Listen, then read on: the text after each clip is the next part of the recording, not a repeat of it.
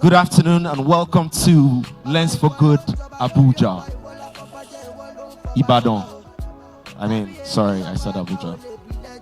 Let's start all over again. Ladies and gentlemen, good afternoon and welcome to Lens for Good Ibadan.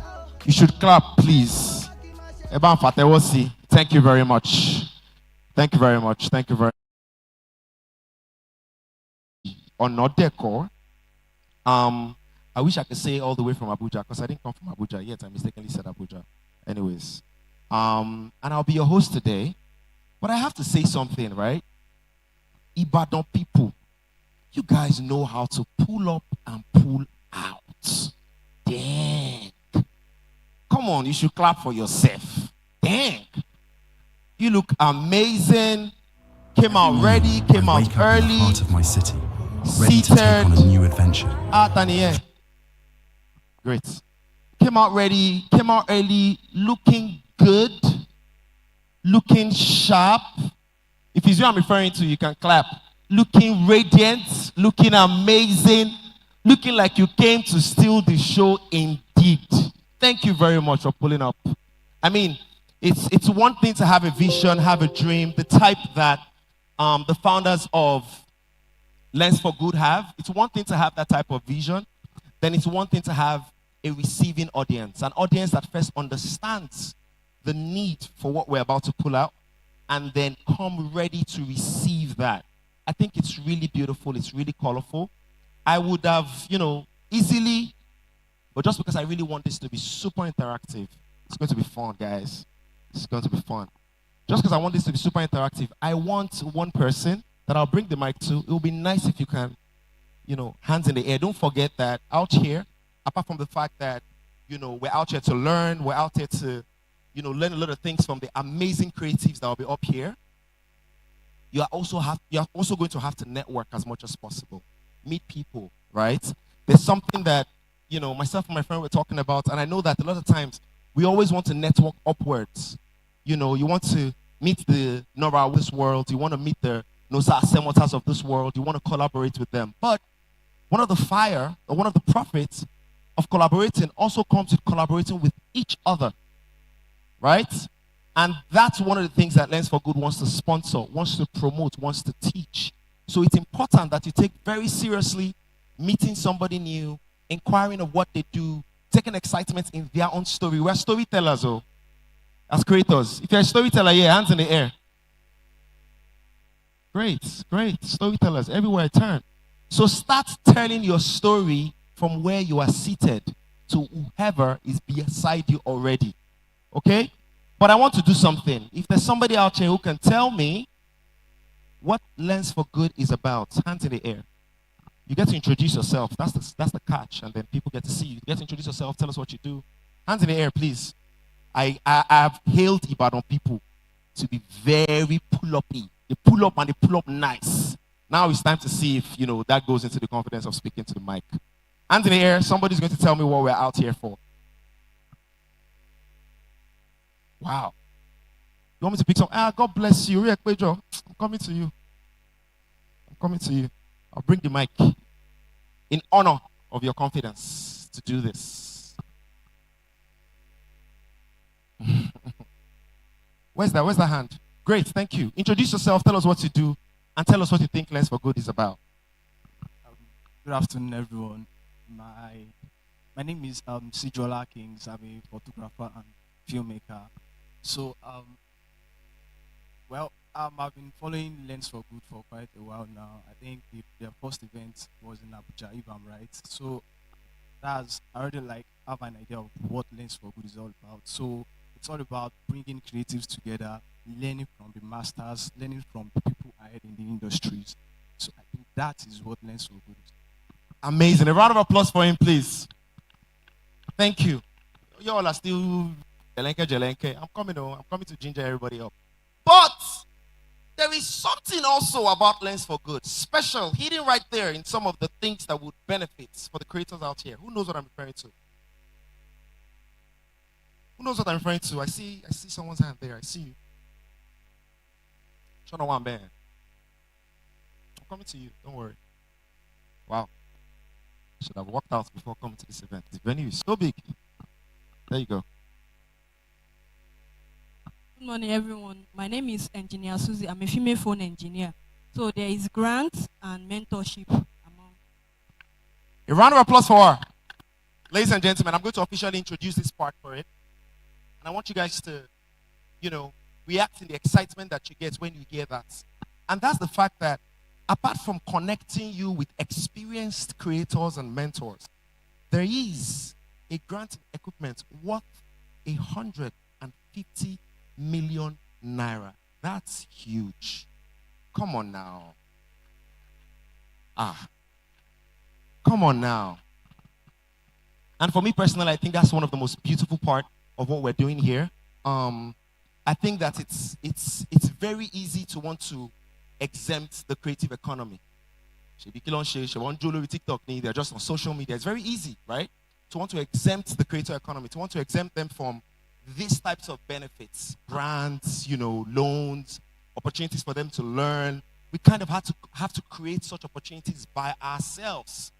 It's beautiful to see Nusa get close enough to the system and decides to instantly want to give back to us. And I say us because don't worry, me too, I'm looking forward to it. And I really hope that you came here prepared to learn and to understand how you can earn as a creator and to understand how you can benefit from these types of opportunities. I'm really looking forward to it. Right? So, ladies and gentlemen, once again, my name is Deji Onodeko. I'll be your host today, and this event is just getting started. We're expecting amazing people here, from Nusa himself to Nora Awolowo to Bayo Omoboriowo. Dang, man, the names are heavy. Bringing them close to you, go bad, no. Even Sheon Fakorede, your own is here. Does that name sound familiar? I can see all the coppers with hats.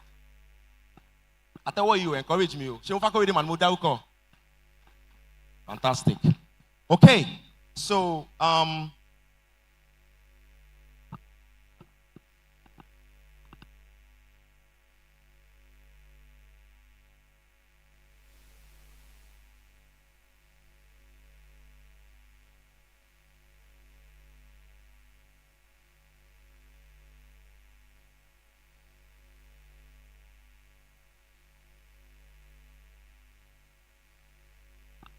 okay, so once again, thank you very much for pulling up. I want to particularly apologize. First, thank you for pulling up quite early, seated down, all arranged. We're looking forward to all the magic today. You all know. We're then sorry for starting, I want to say, just a little bit behind schedule. What? It's not a bit. Just a teeny, tiny, tiny behind schedule. Say it to your chest now. Is it not a bit? What? I promise you something. It will be worth the wait. Nobody gave me soundtrack. All right, sorry. We're sorry we're starting behind schedule. I strongly apologize. The logistics it takes to pull up things like this is not small. I'm grateful to the team, and then I'm grateful to you guys for coming to receive. We're going to go back to the music just for a little bit, and then we'll be back with the national anthem, and then we can get started. You can let my national anthem, Eh? What's the momo about? You don't know your national anthem?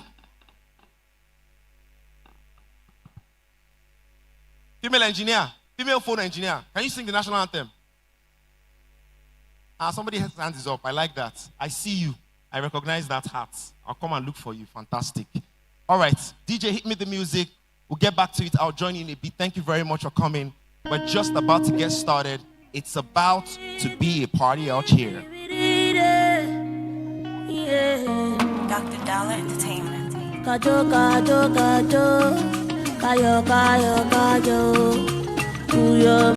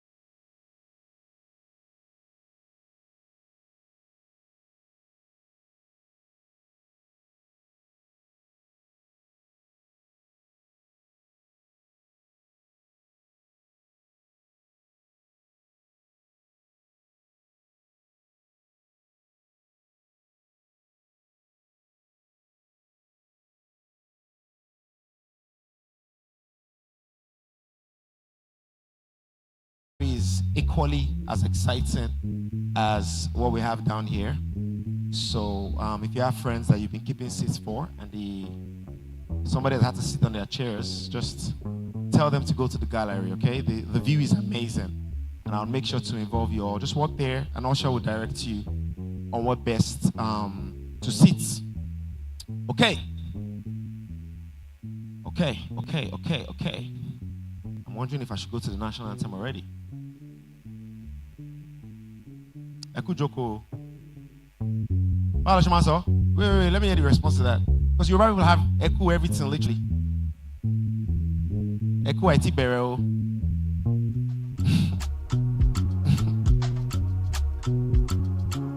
Eku Mamo National Anthem, yo. Are you ready? Oh, thank you for the music.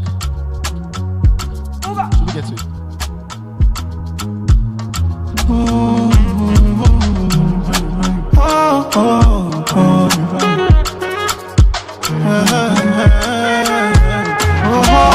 Talk about me, man, pick up your chest, I swear. If you know get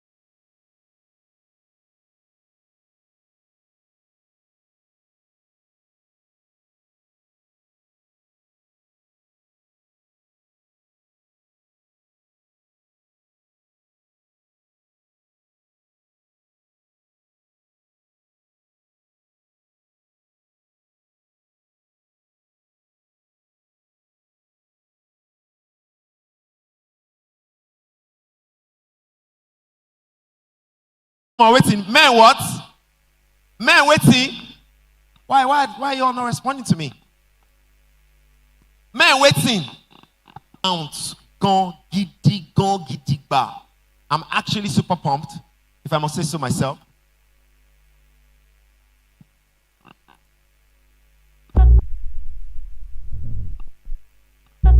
I'm actually super, super pumped. Yeah, when we say we do, you can see the pedigree of individuals that we've decided to bring close. I'll tell you what's quite exciting about the people that are going to be mentoring us today. What's really exciting about every single individual is that at some point in their lives, they were the ones attending conferences, seeking mentors. They were the ones looking for teachers. They were the ones looking for someone to direct them, teach them, lead them, like we are doing now. And that's what's quite exciting. Because the only difference between us and them, time and what you will be doing during that time. I mean, many of the names, many of the gentlemen on that, that are mentors today are people that I know very closely, friends, associates. And I must say that I know their story very well, and I am especially proud. And I think that that's the very first place to start from, understanding that what a person's life, a person whose life you look up to, what that should do to you is show you possibilities that if they can, I too can. Can you relate? Can you relate? All right. So, ladies and gentlemen, we're going to get started with the national anthem. Very, very important. Where's that gentleman that said he was going to? Okay, Ted is going to help us lead us in the national anthem. Please, can you come on stage? Let's get started with that. Thank you very much. Guys, let's rise up on our feet as we take the national anthem. In respect to our great nation, Nigeria, the one thing that makes us one, the one thing that brings us together, the one thing that all of us have in common is Nigeria. So in respect to that, we would pay our patriotic homage, sing the national anthem, and get started today.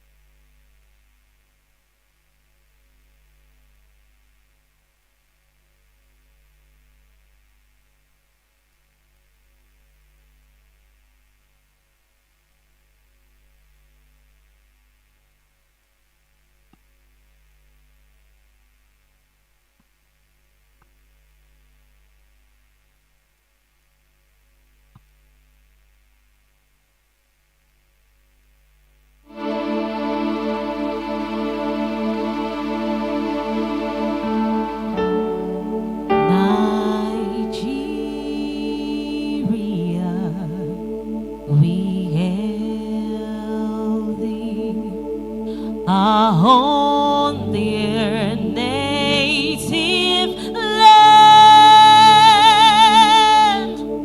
though tribes and tongues may differ, in brotherhood we stand. Nigeria.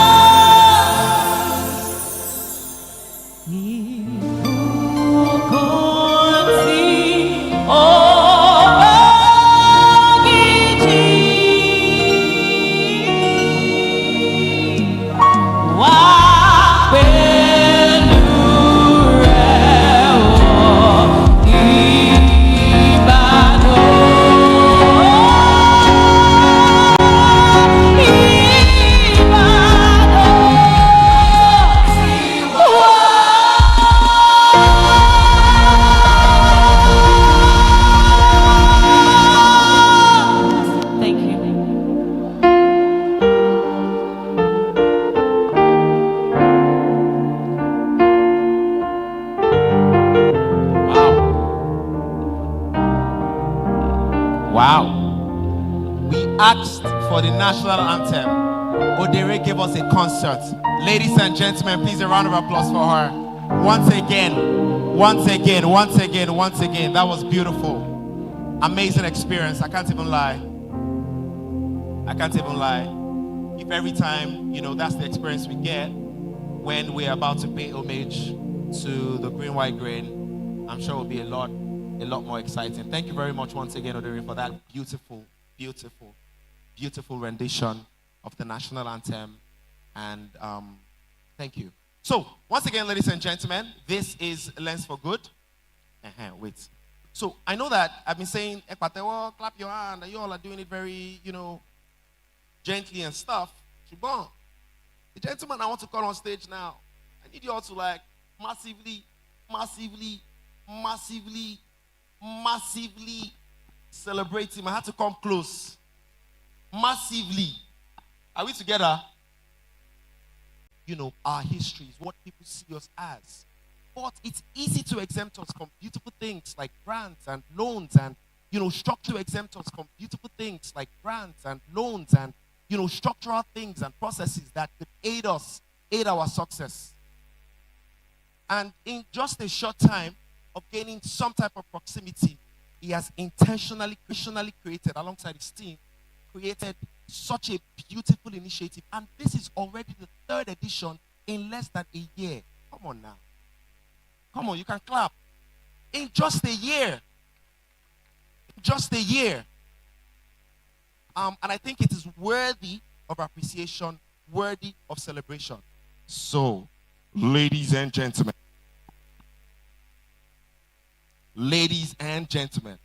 bringing up stage the pioneer for Lens for Good, the essay to the president's visual communications. Ladies and gentlemen, make some noise for Nosa Asemota. Is this all I get? Come on, guys. I'm not giving him the mic till I'm satisfied. You can stand up, that's fine. I'm not giving him the mic till I'm satisfied. Come on now. Come on, make it louder. Thank you. All right. Thank you very much.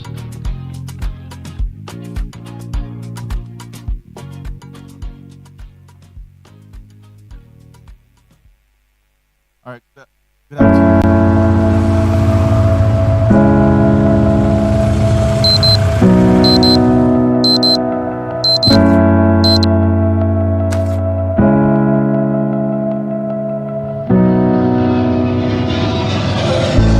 There's a world beyond our wildest dreams. It's wild and free.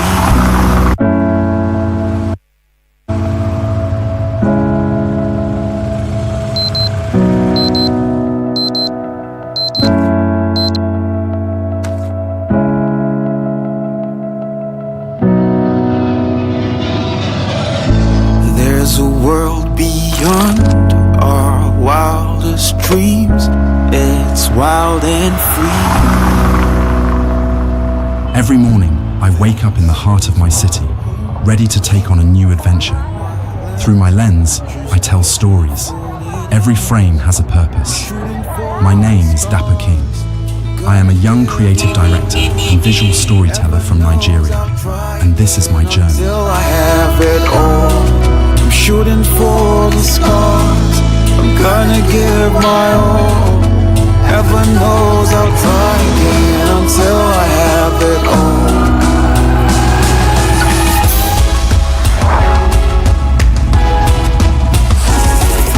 As I move through our lively streets and stunning scenery, I meet fellow creatives, each with their own distinct vision, but a shared goal. Together, we document the essence of Nigeria, one frame at a time. Working together, we're creating something bigger than ourselves. To my fellow creators, remember this: our work is powerful. It matters. We have the ability to change perceptions, to inspire, and to uplift. It's time for us to come together to create and to share the beauty of our homeland. Gonna give my all. Heaven knows I'll try again until I have. Join us at Lens for Good. Let us show the world the side of Nigeria we know and love, because together, our stories can shift perspectives. Our stories can change the world. Together, we are stronger. Together, we are Nigeria.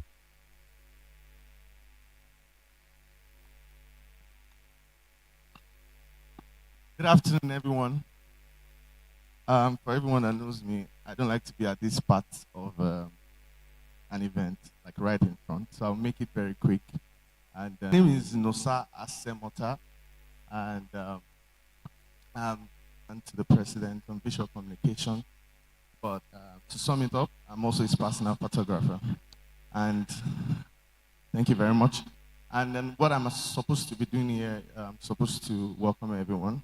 And I just want to say thank you, Ibadan, for pulling up. Let's put our hands together for ourselves.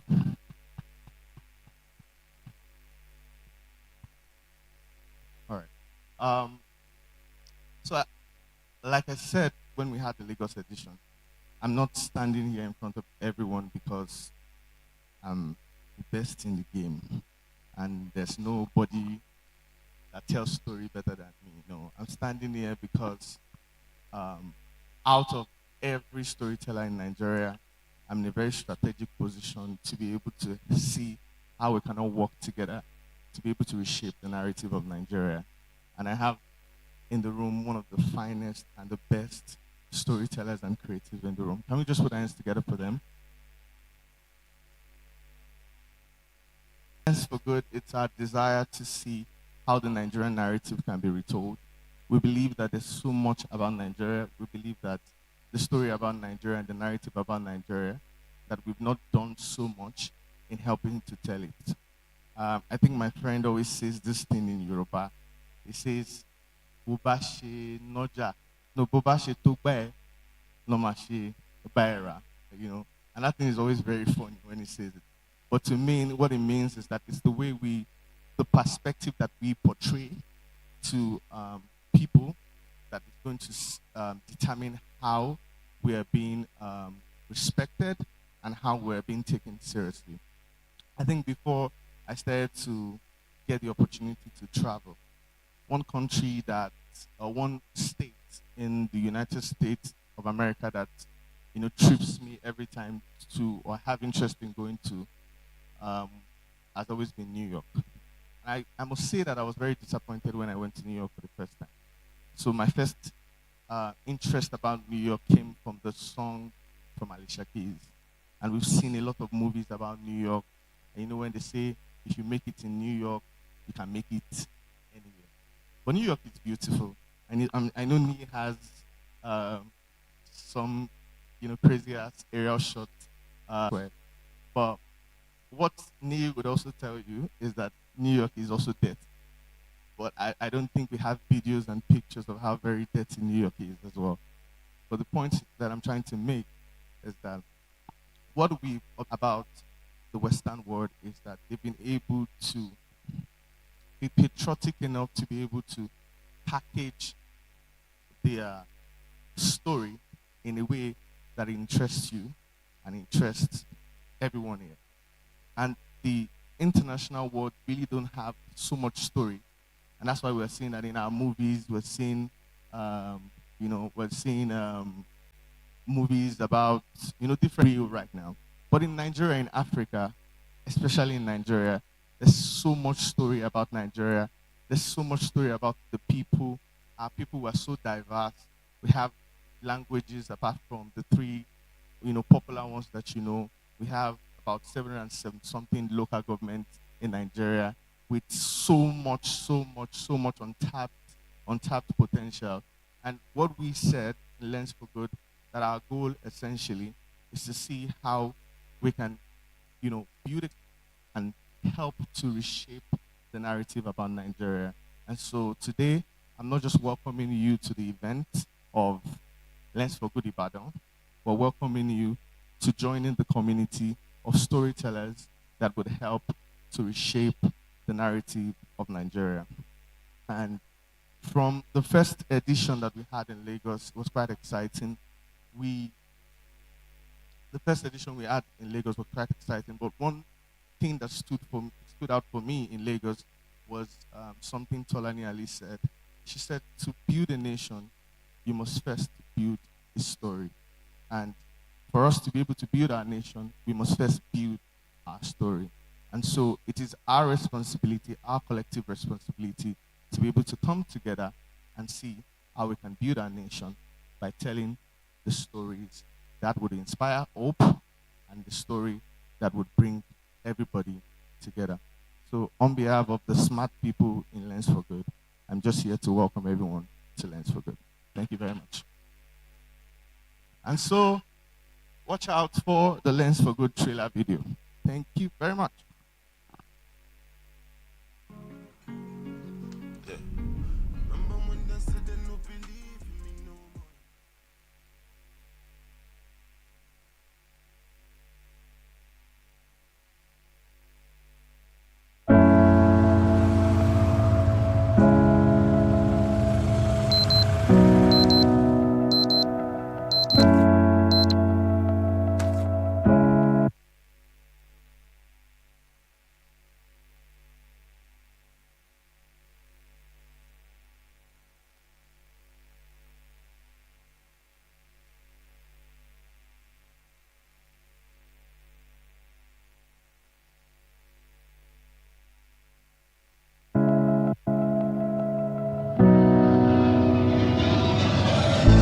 There's a world beyond our wildest dreams.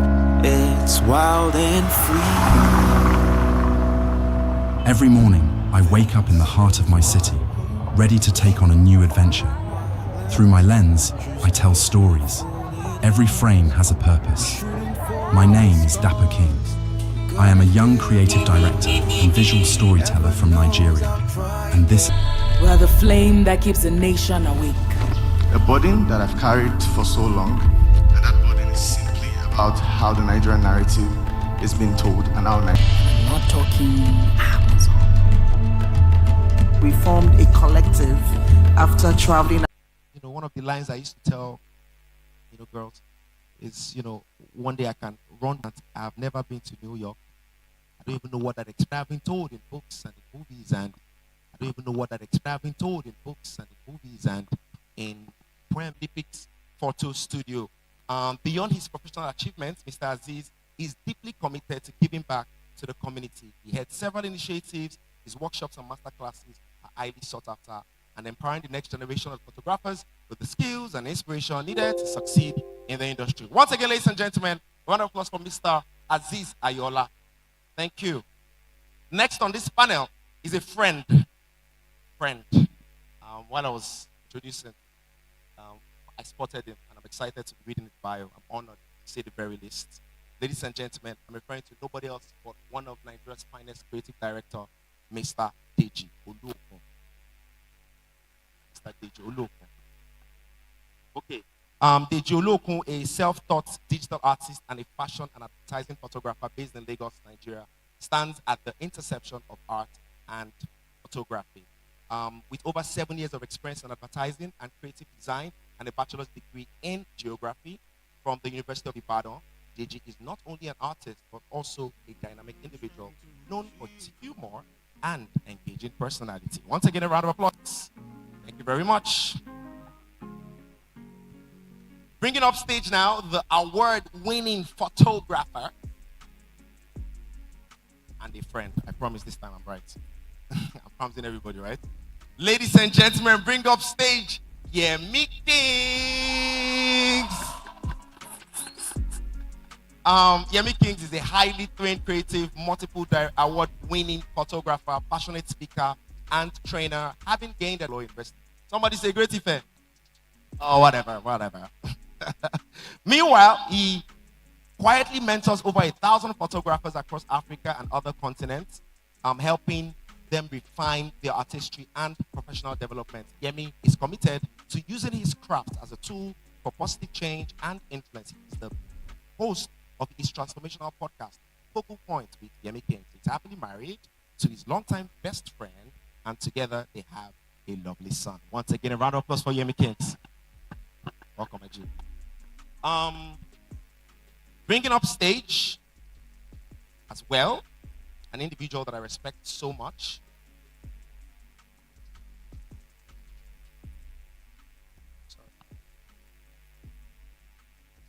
All right, fantastic.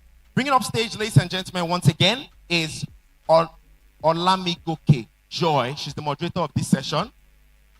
Olamigoke Joy, round of applause for her. With an impressive track record, she has proudly earned 4 prestigious awards in recognition of her exceptional skills and contributions in the industry. This includes the Blings Award as the Red Carpet Host of the Year, the Screen Magazine Award as Honored Personality of the Year, the Top 40 Under 40 Ibadan East Award, and the Primus Awards as the Entertainment Presenter in Southwest Nigeria. Come on now. A round of applause for her, please. Last and definitely not the least, ladies and gentlemen, bringing up stage, nobody else but one of Nigeria, Africa's finest cinematographer and filmmaker. Ladies and gentlemen, make some noise for Nora Awolowo. Yes, please. Yes, please. Nora is a Nigerian creative powerhouse known for her exceptional storytelling skills as a photographer, cinematographer, filmmaker, and visual storyteller. Starting her career with mobile photography, she has evolved into a renowned filmmaker, winning the AMVCA for Best Documentary and the Gold International Impact Prize at the Charity Films Awards UK for Action Aid, getting nominated for the Future Awards Prize for Film, and working on high-profile projects with major brands like Guinness, Netflix, and Disney.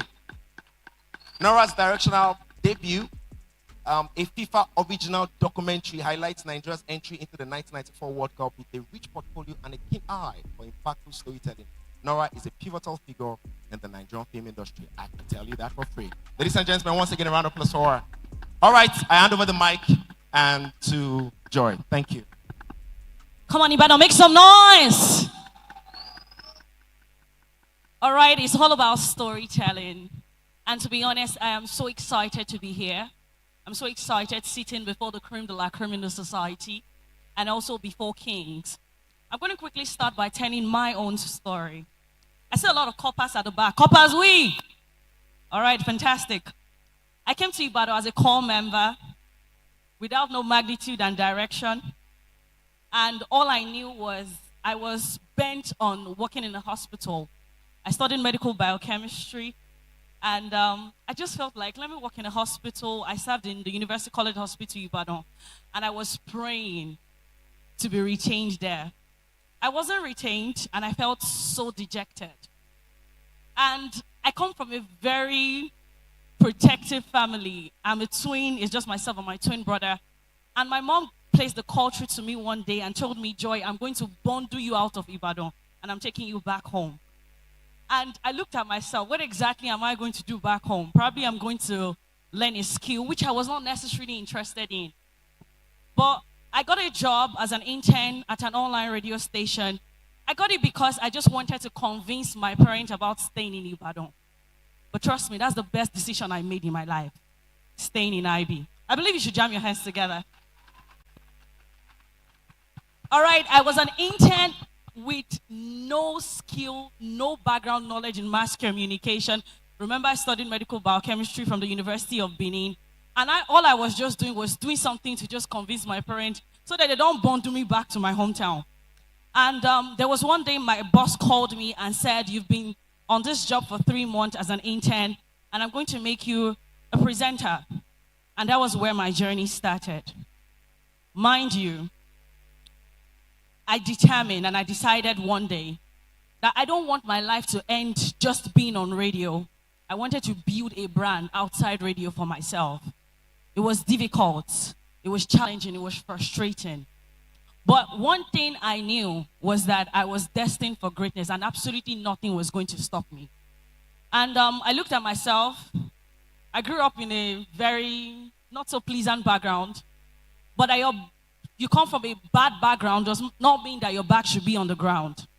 But here I am, sitting before kings. And I remember what the Bible says. It says that, seest a man diligent in his business, it will stand before kings and not before mere men. This is my story. And today, we're going to be hearing stories from this amazing talent seated right beside me. And one thing I'm going to start with today is a write-up from a writer. And he spoke about the greatest agony is a story inside you that is untold.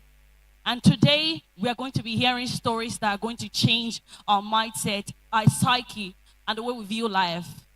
I remember somebody saying that in the grave are so many visions, in the grave are so many ideas, in the grave are so many stories that are yet to be untold. But we have come to break that bias today because we are going to be telling our story that is going to be sparking something on your inside, and it's going to be an idea that will change your world. Please jam your hands together for yourself once again. All right, I'm going to be as practical as possible because, trust me, my journey was not funny. There are times that I cried. There were times that I was frustrated. And I'm going to be starting with Nora because I believe that in the industry, especially as a woman, it comes with a lot of challenges. You know, the God I beg moment. Because I believe most of us have that moment. Am I correct? There are times that you're doing something, you're into your business, and you're just like, at this point, let me just stop because it's not working. What was that God I beg moment, Nora, for you?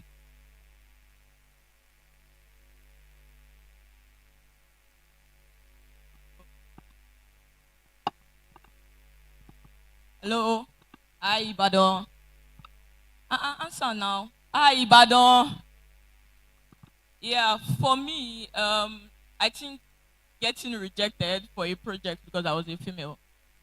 Yeah, like I think that's my God, I beg. And that was never. I mean, recently I still get those. I think that was starting out because I started as a photographer, so I tilted into cinematography. I just got bored of photography. And this was somebody I called a friend, like he was into events, wedding films, and all. I remember telling him and saying, please, can I join you for your wedding events that you cover? Let me just shadow you. Actually, someone I actually called my school father. I mean, I schooled in Ekiti State University. And let me just follow you and shadow you and see how these things work. This is what I'm interested in. I've started doing this, doing that. And he said something that day. He said, if you follow me, I don't know what I'll tell my people. Like the people that he works with, like why is the woman following him to set and everything. This was just a day before us going because I was just asking where's the address, where can we meet?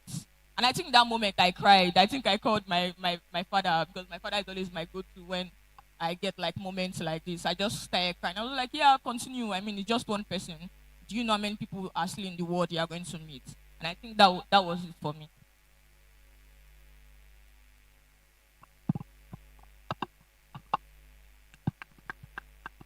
Please, if you're jamming your hands together, I believe you can do better. Come on. All right, because we are telling stories today, I'm going to move on to Yemi Kings. I met him, amazing gentleman. Please, a round of applause for him once again. And I've listened to your stories. I've seen a couple of videos online, but I want you to tell it again to us. How was, moving from being a self-taught photographer to becoming what you are today? All right, thank you very much. Ibadeka sound.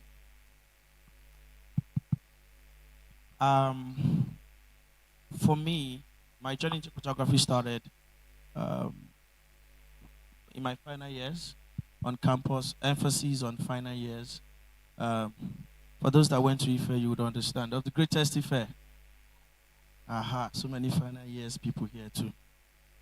And I'd done MCing, I'd done film, I'd done dance, I'd done theater, I'd done a lot of things. And for me, I think photography was just the next thing that jumped at me. And I didn't really come into photography to, say there wasn't really any philosophy behind it for me. It was just more like, I'm really interested in this, I'm curious, so let's try and see how much money we could make. But eventually, coming into photography, I realized that and for me, I'm like, I'm going to give this a go. But I had done many things, and for me, at that time, academically, I wasn't really doing well because I was interested in every single other thing apart from staying in class. So, in different balances, I'm what you would regard to as a failure. And so, for me, I knew that photography, coming into this, I had to make a point that I can't fail with this one too. And I felt like I needed to tell myself that more than I needed to prove that to any other person. So by the time I was going to start, I said, if I'm going to learn photography, I'm going to learn from the best. And I said, who's the best around at that time? And I started asking questions. And they told me, oh, there's this guy. His name is Full House. He runs a photo studio called Flix Photo Studio at SUB. And I went there, I registered, and I started learning. And, I trained there about for a year or two. And I started noticing that there was a world beyond where I was in Ife. And campus photographers, we knew ourselves, and everybody was doing great work. But then there was this appetite for more. I just knew that there was more. And I started going online. So for me, there was a day I was doing a picture, and, to the best of my knowledge, I'd done it so beautifully. And the way guys can be, guys can whine. So my guys came and they were like, Baba, you be the baddest. Now you show pass. See, as we finish work, what it different to Egbe.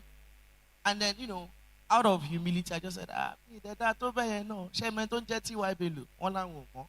Mo. Shame mo Kelechi Amadi. One lang mo. Obi somto nko. One lang mo. Oh yeah, Japos Instagram.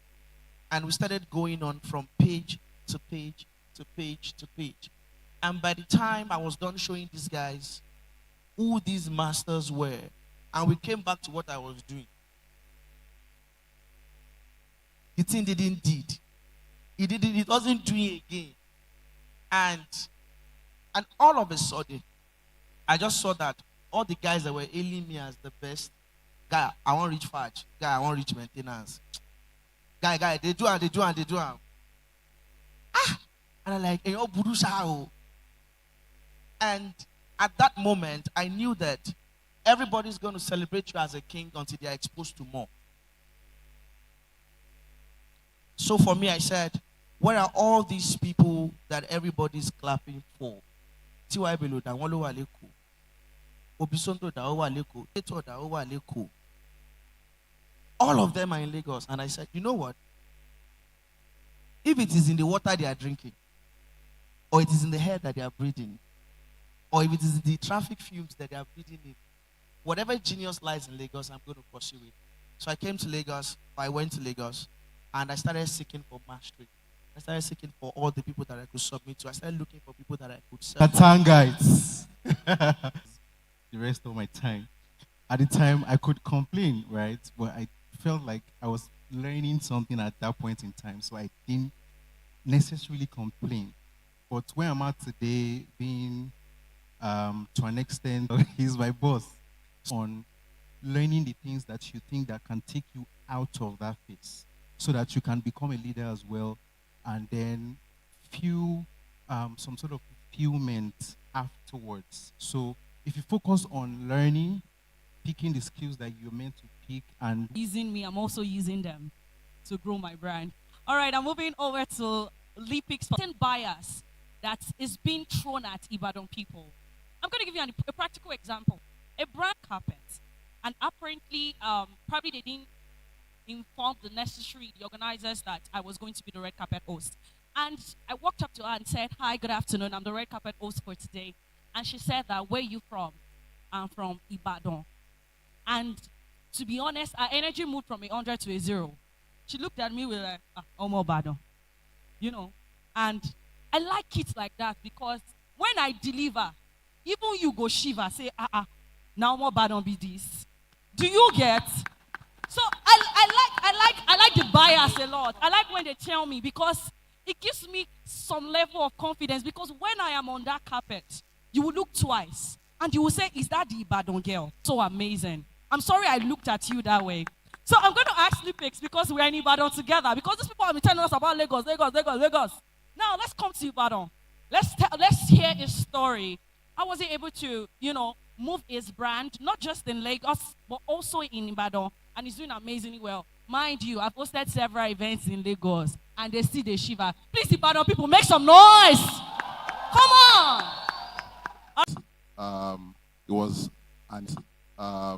was an inheritance, because my late mom taught me photography. Those days, if you couldn't go to school, then you learn an handwork. They call it Isheowo. So the handwork my mom learned was photography. So I was literally born into it. And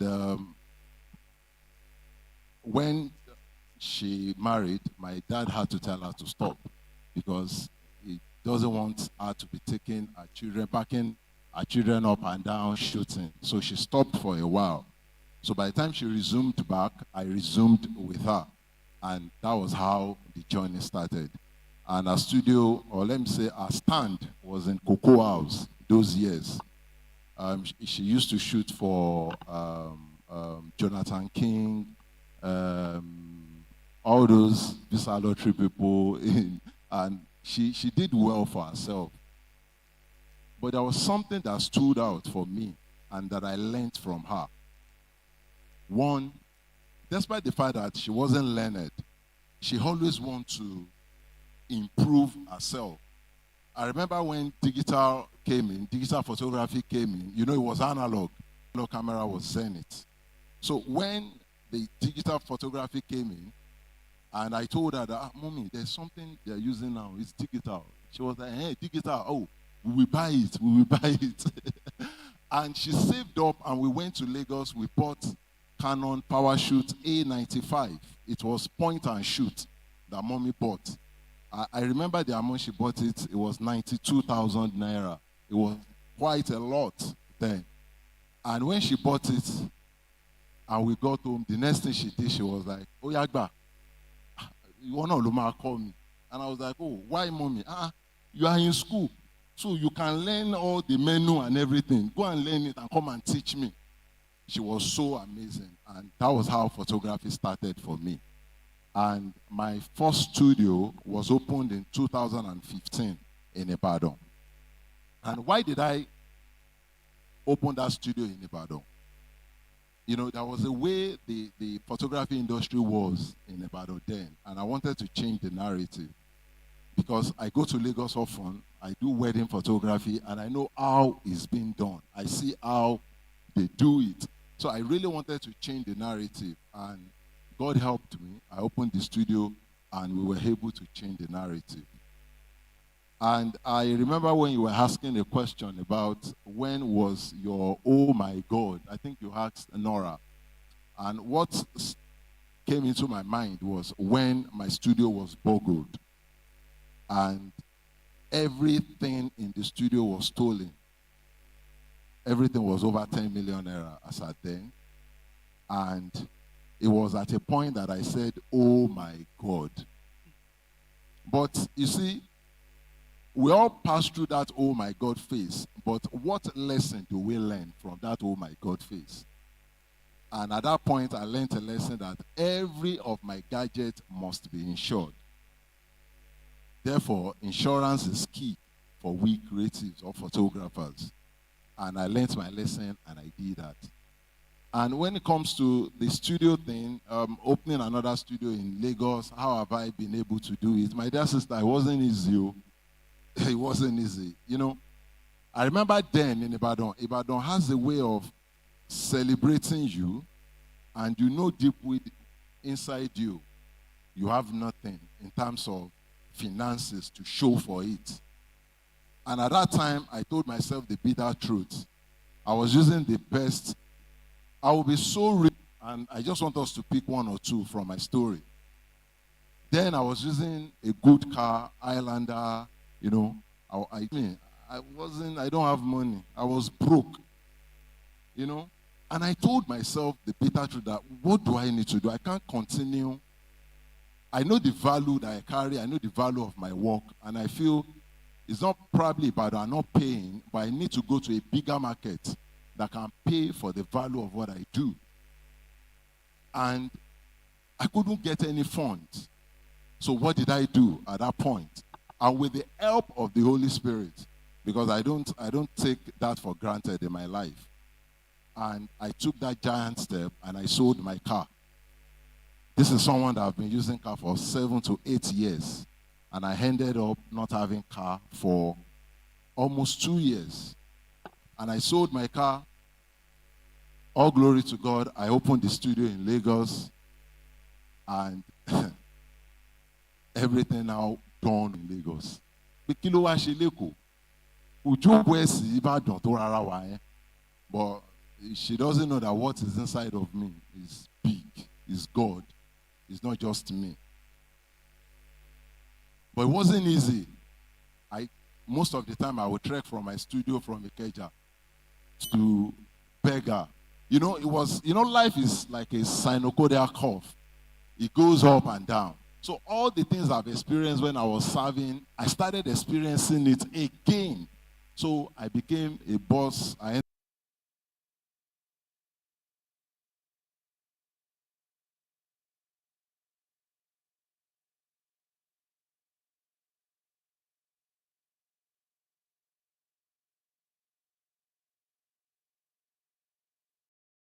than to stay at home. So we're all at home. And I want of how I'm perceiving the world, or we have the social media platform to put the express yourself, tell your story positively. So maybe you have to look inside to get that thing that you want. All right, we're going to talk about now that you have your brand, you've started, you've pushed, what strategies can be used in growing your brand to that place you want it to be? Because of used in growing your brand to that place you want it to be. Because of course we've spoken about the God I beg moment to be out there and to that place you want it to be. All right. So I'm going to talk from the point of view of a filmmaker. I mean, Nollywood is currently like the second biggest industry for film in the world. And first things first, for me, I leverage like social media a lot. I realized recently, I posted the behind the scene content when we were shooting. I remember the behind the scene. The video guy that was shooting said, "No, I'm going to create something creative about you, blah blah." I did not take it serious. Then when the film came out and the announcement, he came to me and sent it to me.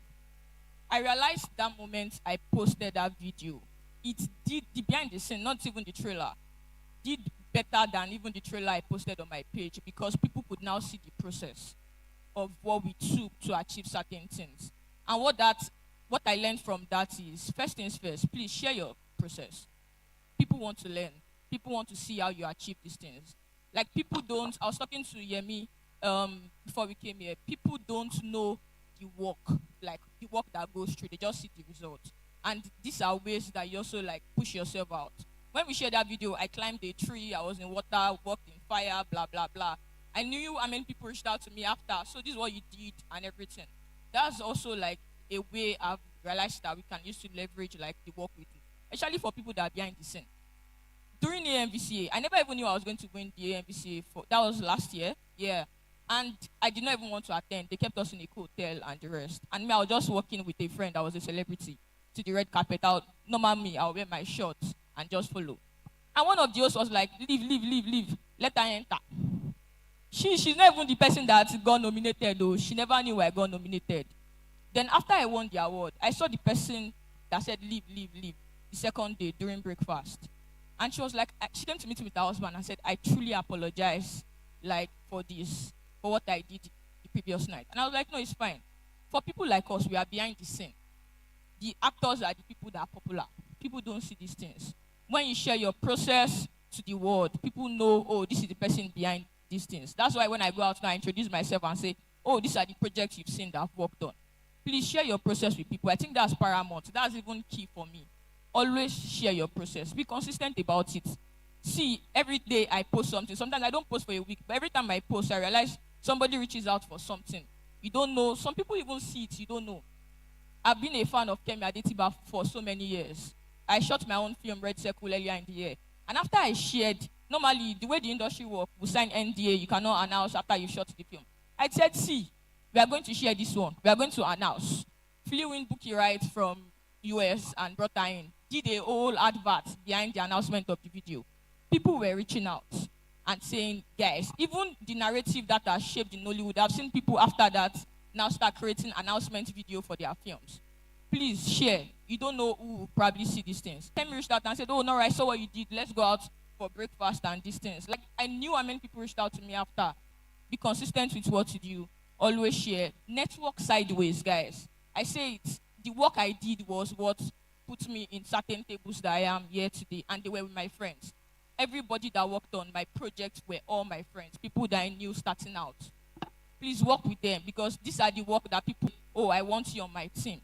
Don't just wake up today and say you want to become. Time is fast spent, and we need to wrap the segment off in a bit.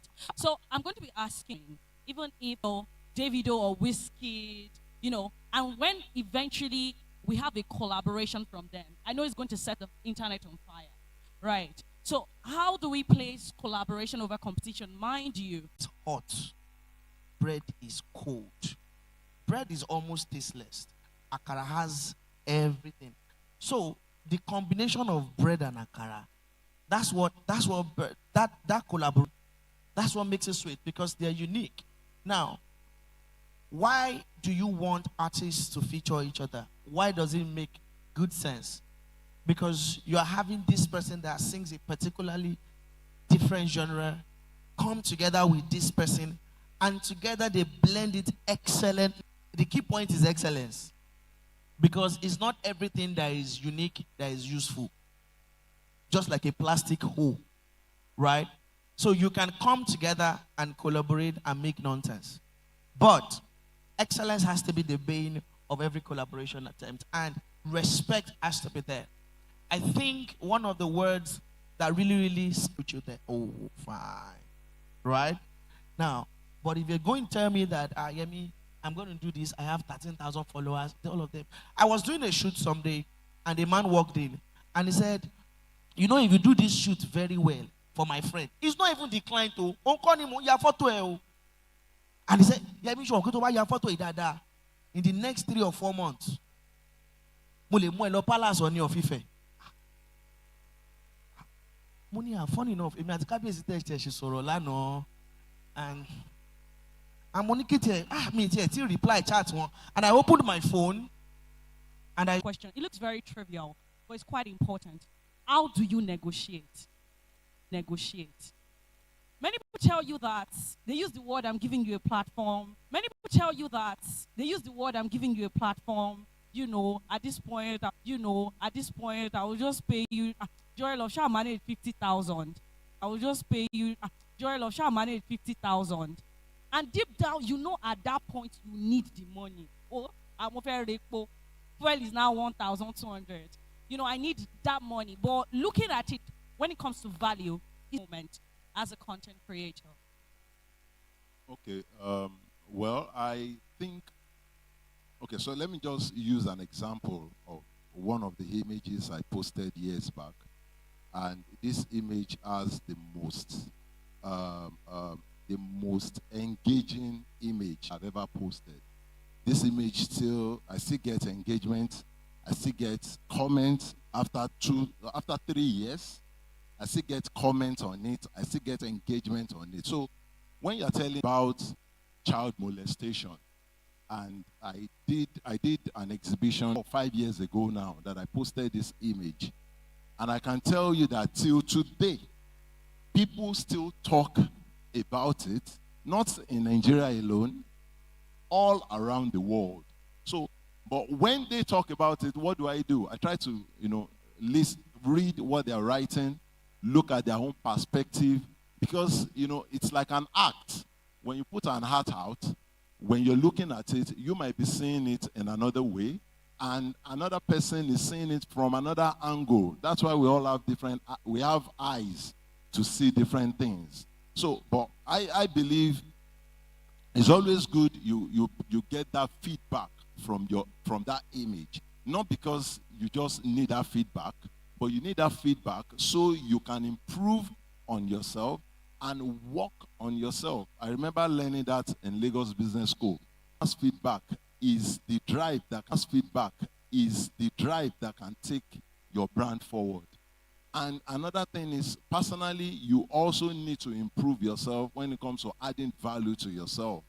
I will read what they're saying and not going to school and how that created an outlet for him. I want to just remind us that a lot of us are riding off the back of such people. men and women who, despite what they knew or what they did not know, never stopped. So I just wanted to say once again a huge round of applause for your mom. I really appreciate you can relate to that. I want to ask you a question now, very quickly, and then I'll take one more question from the audience. Very quickly. I mean, I'm sorry, it has to be you, right? It's something I'm thinking in my head. And what I want to ask, you can make it as short as possible, right? And you know, this session, global impact was the conversation. And I mean, you are one of those creators in Africa that has had such huge impact abroad. And I was just thinking to my head, that feeling that you had, you got that email from people to make a story. And what about your story do you think attracted them, so that we can inform on how we can curate our portfolio to be that attractive? That's what I want to ask. Okay, let me just go straight to the point about this. So I realized that as much as I am great at what I do, I am now taking advantage of the fact that I'm a female in the industry. I'm a female cinematographer. I mean, you can count in your hands how many female cinematographers that you know in Nigeria. And I did not realize this for the longest time. I was always whiling away on this and crying and saying, why are you hiring me because I'm a female? But I realized like it's a very good advantage. To answer what he said, when you enter the industry, like my kind of industry, realized that you have to do times 2 the work of your male counterpart to be counted worthy. And it's not just the film. Let me make an example of maybe a guy doing makeup. People would not first think of that guy that is into makeup. They will think of the woman that is into makeup first. Now he has to prove himself like twice to know that, oh, this guy that you're calling for your makeup, like he's worth it. That's how it is for me too. And I just realized that yes, like if this is a way that I can leverage and be better at it and just be good at what I do like that, like let me just leverage it. And I hope my story like inspires more female to come into the industry to become cinematographers, because I mean one person cannot continue doing everything. This is what I've realized over the years. Both the people locally and even the global players, everybody wants to be gender inclusive now. Who is that female that you can collaborate with that is also great at it? You're not just hiring her because she's a female. She's also brilliant at what she does. So aside from doing the work over the years, these are like ways that I've realized that these people also like come personally on my own story to actually work with me. Yeah. Thank you. Round of applause, Honora. Fantastic. All right. One question. I mean, I see that gentleman with black. It was his hand I saw first. I'm sorry. Don't worry. Next session, there'll be a lot more time for questions. Yes, this gentleman there. Just one question. Good afternoon, everyone. My name is John Adevisayo. So I make suits. So this question is directed to Mr. Yemi Kings. Yes. So every experience I've had with him is a very, very spectacular one. All right. So I want you to do us a favor here. Like me, I'm interested in the people that are just starting out. No. It's not what it is. Place of personal branding. You know, we don't have to struggle with price when people perceive you to be what you think you are. So I want you to touch briefly on the role of personal branding when it comes to setting prices, when it comes to marketing your art. Just briefly. Thank you, sir. All right. I said when I was answering the question about collaboration, right? The sweetness of collaboration is in the identity. And identity basically is fostered by branding. Branding, people throw the word around a lot, right? And really, I'm not an expert in branding. But I will give you from my own personal perspective what I understand about branding. It's very simple. Branding is who you are and who are. Please and please try your very best to make sure that you find one thing to do to your work that make people know that, look, this is your work. And when people even see you in person, you are recognizable. Thank you. Okay, so I want to add like maybe something, 30 seconds, before we go. I think everybody has an advantage. And just thinking what... Have some of the finest faces in Africa's creative space. I don't think I have ever in my life seen this many top tier A-level creators gathered in one place before. And I'm very excited to introduce the next session as quickly as possible. I have a few announcements. First things, ladies and gentlemen, announcement. First things, ladies and gentlemen, please. A picture. Take pictures of a cement, please. A picture. Take pictures of yourself. Take selfies. It have been where he stood as a testament to the relationship between creativity and governance. Ladies and gentlemen, Ayo Adeago has become an influential figure in government using small thing for destroyed assets. I'm really proud of him, to say the very least. Socially, popularly known as a 30-year-old Nigerian multi-talent social media influencer. Good afternoon. Where is Los Angeles? They are hungry. Are you guys hungry? No, are you guys joking? Are you guys hungry? Oh, you have party session. So, thank you everyone for waiting. You know, this session is going to be very short. I already told my fellow panelists. The answer should be short, because we are hungry. So, straight to the point. I'm so happy with the former session, and I'm so glad that the moderator told our story. Our story, it came to like my own. But the only thing you remove is me, I'm in Lagos, which is in Ibadan. So that's my story. So we'll go directly into the session so we don't waste anybody's time. So first of all, good afternoon, everyone. My fellow panelists, good afternoon. So I'm going to start with Tenny. So first of all, I need everyone to just tell me, and make it short. How did you start your journey? So I'll start with Tenny. Which of the story? Because I wear many hats. Okay, I know you studied Chinese, but now you are working with TikTok. How did they correlate? So just tell us brief how you moved from Chinese, you're in China, to you managing talent, and you work with TikTok. All right. I stumbled on this journey, let me put it that way, when it comes to talent management. I found more fulfillment in making sure that the stories that African creatives are telling is seen worldwide, because I sit in many rooms where, global rooms, where decisions are being made, and maybe they're moving a story and they're like, oh, anyone from Africa to do that? And I'm there to always educate them that, come on, there are so many things happening in the region. For Nigerian creatives all around the world, there are so many things happening there.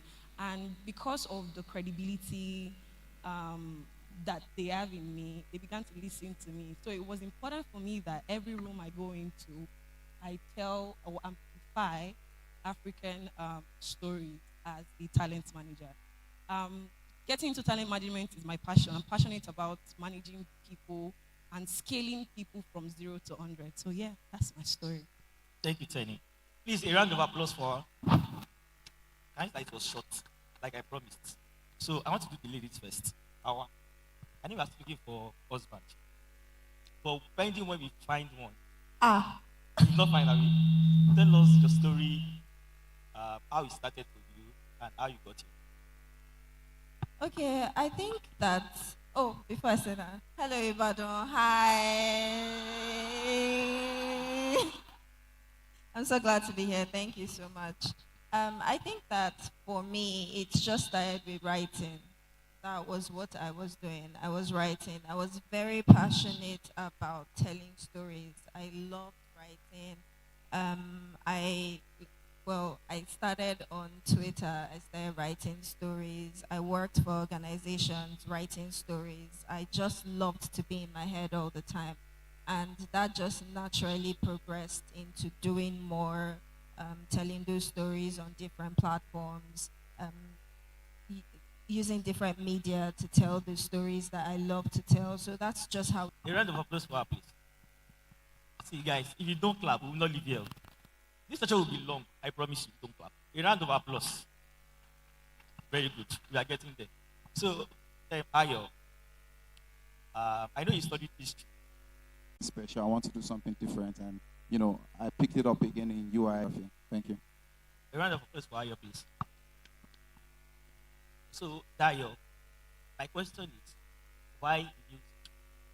Because I know you won't get it, but why music? Why not tech? Why not fashion? Why not, okay, you don't have to dress like that. You can do fashion. But why not something else? But why music? All right, thanks, Family. Yeah, a lot of people are asking these questions, right? Understanding that my background was payments and technology, and they never understand why everybody that was my friend was creating things like Flutterwave and Paystack, and I woke up to say I was going to create something called Bedroom. I think it was my excuse for my lack of talent of not being able to sing. I know when I was younger, I tried to create a band with a group of kids, and that didn't work well.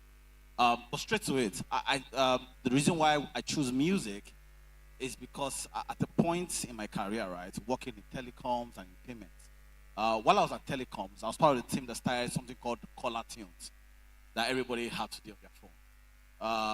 And it was the single thing that changed the music industry forever. It was the first time the music industry started seeing recordable revenue that we could sort of measure. And after Caller Tunes, there was nothing else.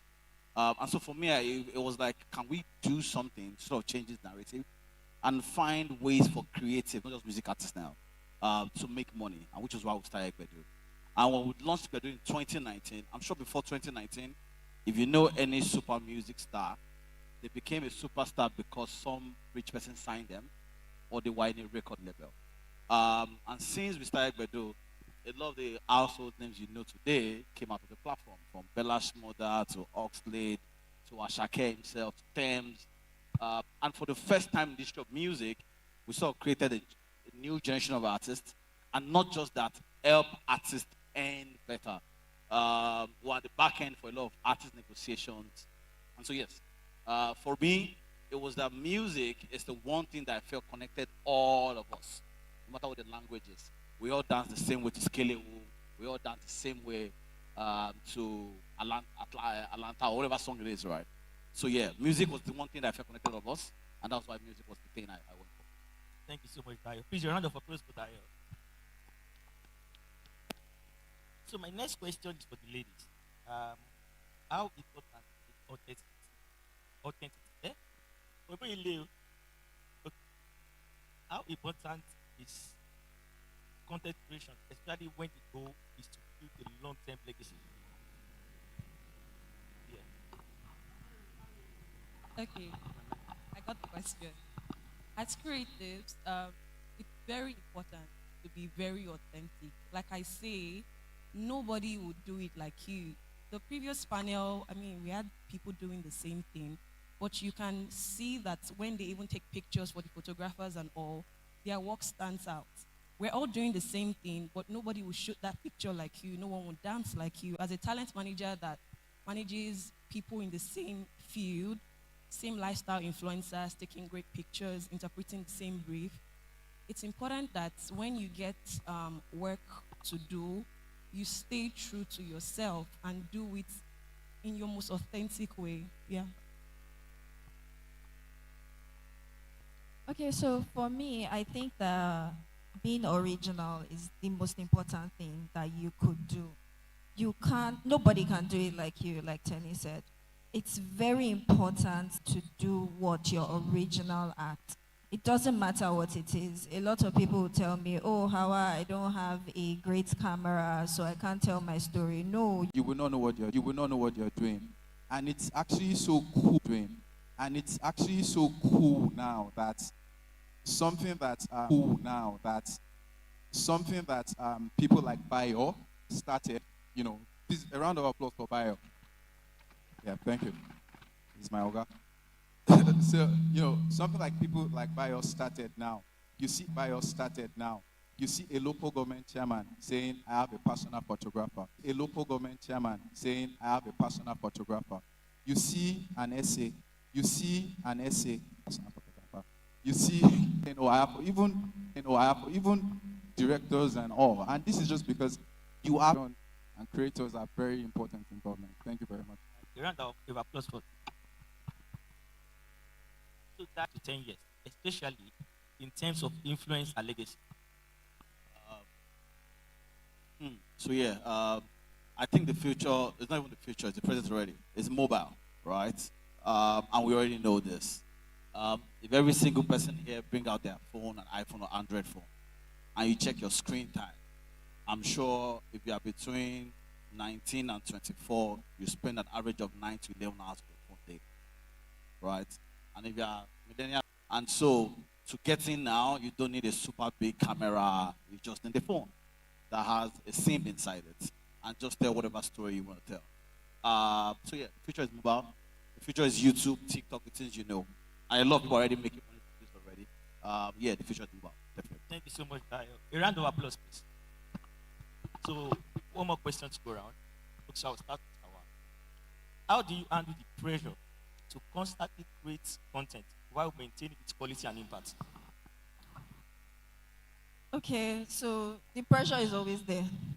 First thing, if you know that you can't handle the pressure, don't come here.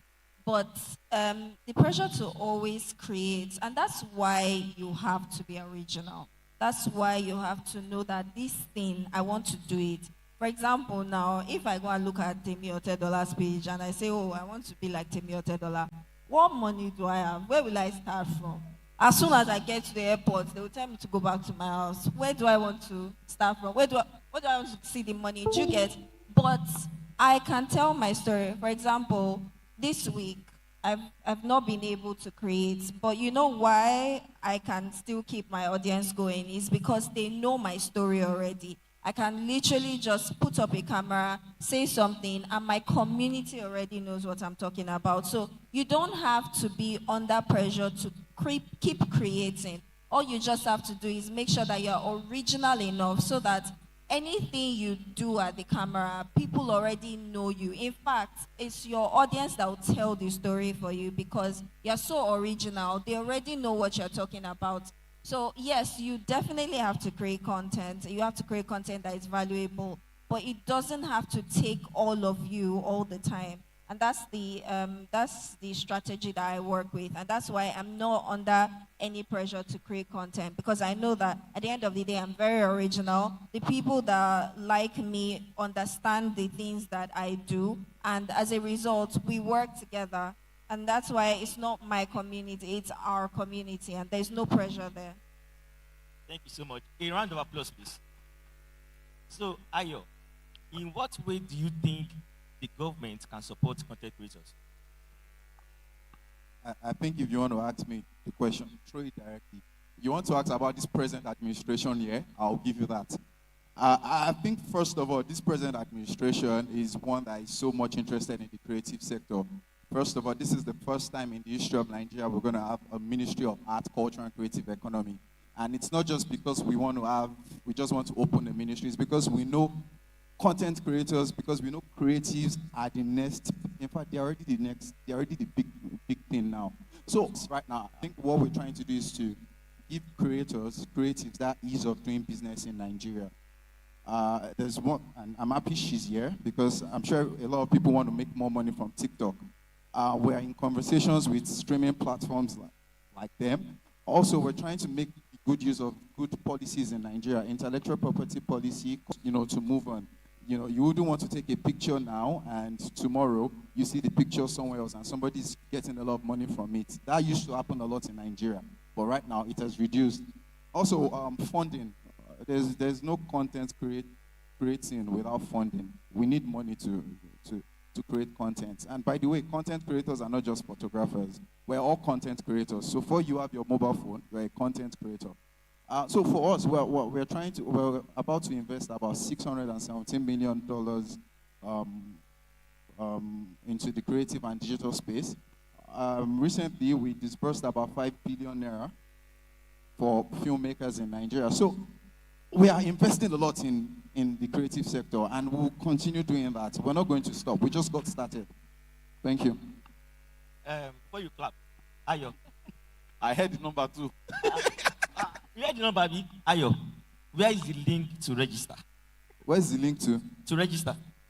For the IDICE fund, we're going to roll it out in the next about maybe few weeks. There's no registration. You don't need to register. You just need to apply. And you're going to see the link on my... Ayo, why applying? Hope they will not ask for my grandma's birth certificate. No, it's a digital world. Come on, we don't need all that. Family. Thank you very much. Please, a round of applause for Ayo. So, Tenny, what are the key metrics or signs that content is truly making an impact? How do you measure the success? Feedback. As content creators, you put out work. Of course, there will be feedback, either from your colleagues or from the audience. Anyone putting out any work in the first place, there should be a reason why you are putting out that work. Is it for, most definitely, advice is always for impact. Whatever reason it's for, if it's for impact, if it's for virality, if it's for a particular target audience.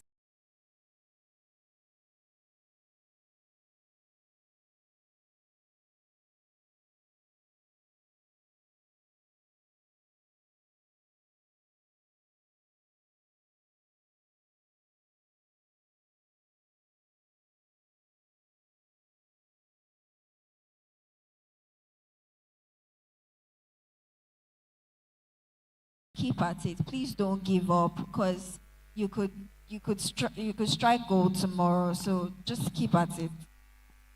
So thank you, my panelists. Like she said, closing remark, don't give up. If you feel like you're tired, rest.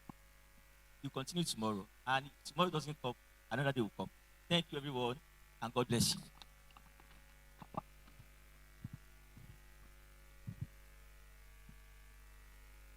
People don't control logo. Once again, a round of applause for this amazing set of panelists. Somebody was saying Ayo set himself up. Ayo, thank you, Jerry. Thank you for fantastic representation. And thank you for not allowing people like Pamela discourage, lessen your ginger to connect that block of creativity and politics. And thank you, Pamela, for always being such a good sport. Please, once again, a round of applause for our moderator. Fantastic sport, I must say. All right, I'm taking 3 questions this time. All right, I'll take that as number 3. 2 questions. Holy Spirit, direct me in Jesus' name. So I've talked to the guys more. So I'll take you, and then I'll take you. That's it. That's it. You have to be decisive. These kind of things. You have to be decisive. Where's the ladies' hand I saw here? All right. Step out. Make your questions short. Go straight to telling us what God did for you, and Okay, good afternoon, everybody. First thing first, it's a privilege being here because it's my birthday. So no better gift. I feel so privileged to be here. So my name is Adedoyin Solaola. I'm a teacher. So I have a question. I'll be directing it to our dominate. How can a content creator resist the pressure to come the trend and remain being original? Because you said something about being original, just be yourself. So what can the content creator do? I think there's no fantastic question to ask our really. Awa is one person who has legit represented that great.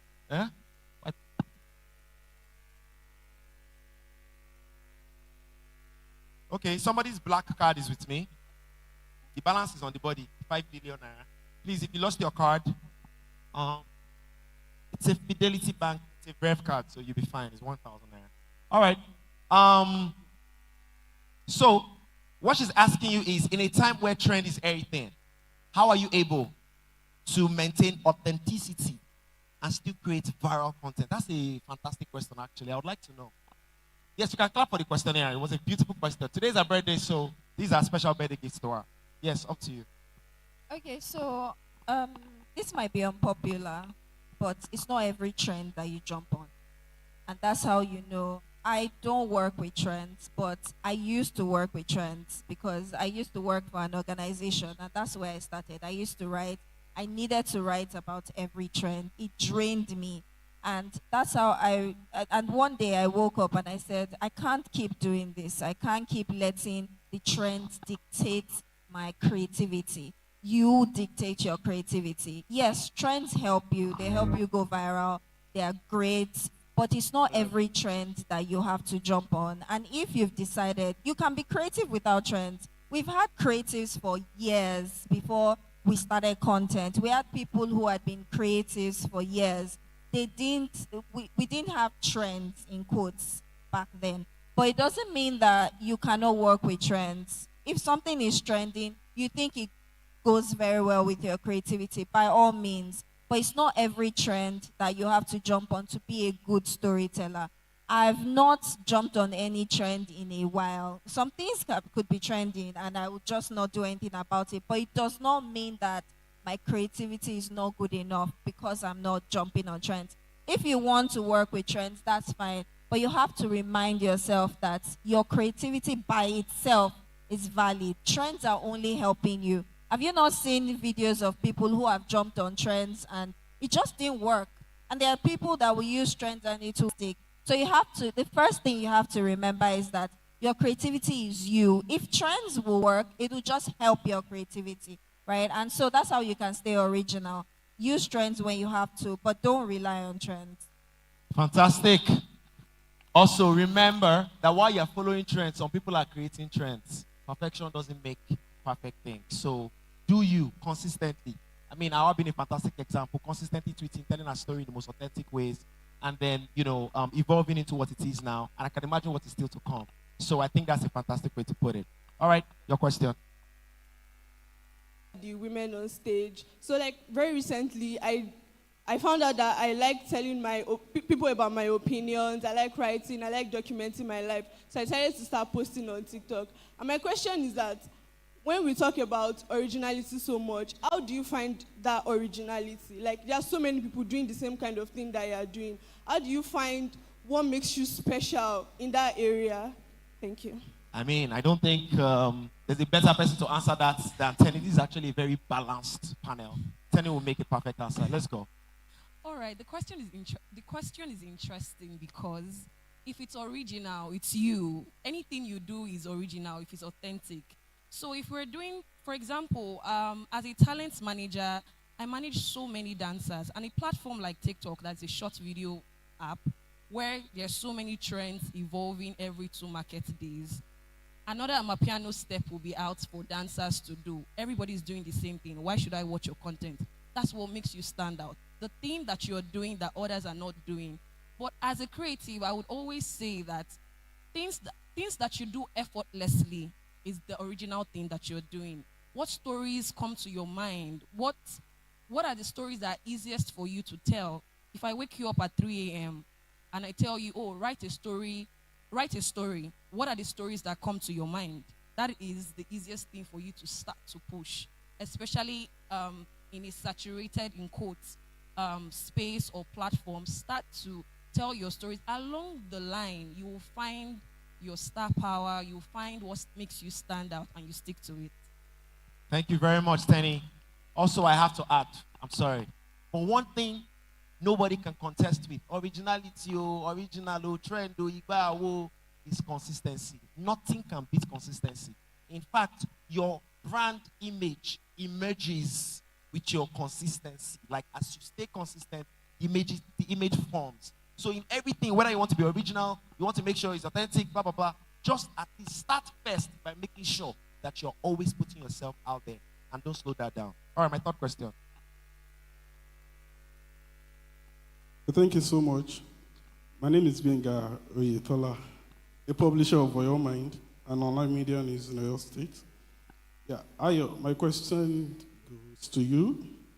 When you're working with the late speaker, Michael Adeyemo, something happened, maybe House of Chiefs, or it's a story.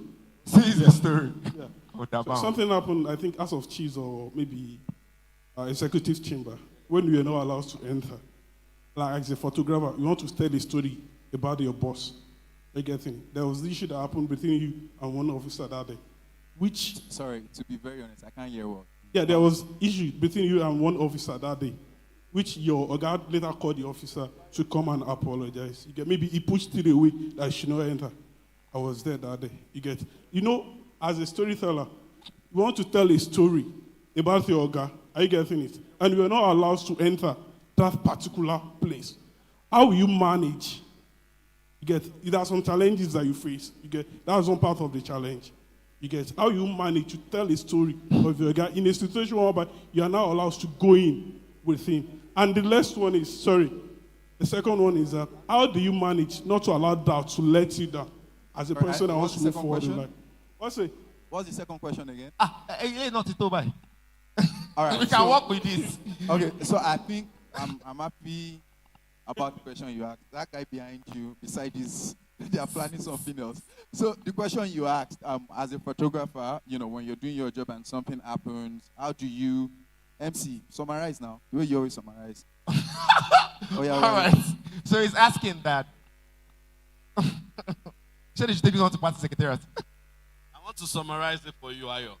So, as a storyteller, you tell stories. So, but they didn't allow you to go in to tell the story. So, how do you tell the story since they didn't allow you to go inside to tell the story? All right, that's very good.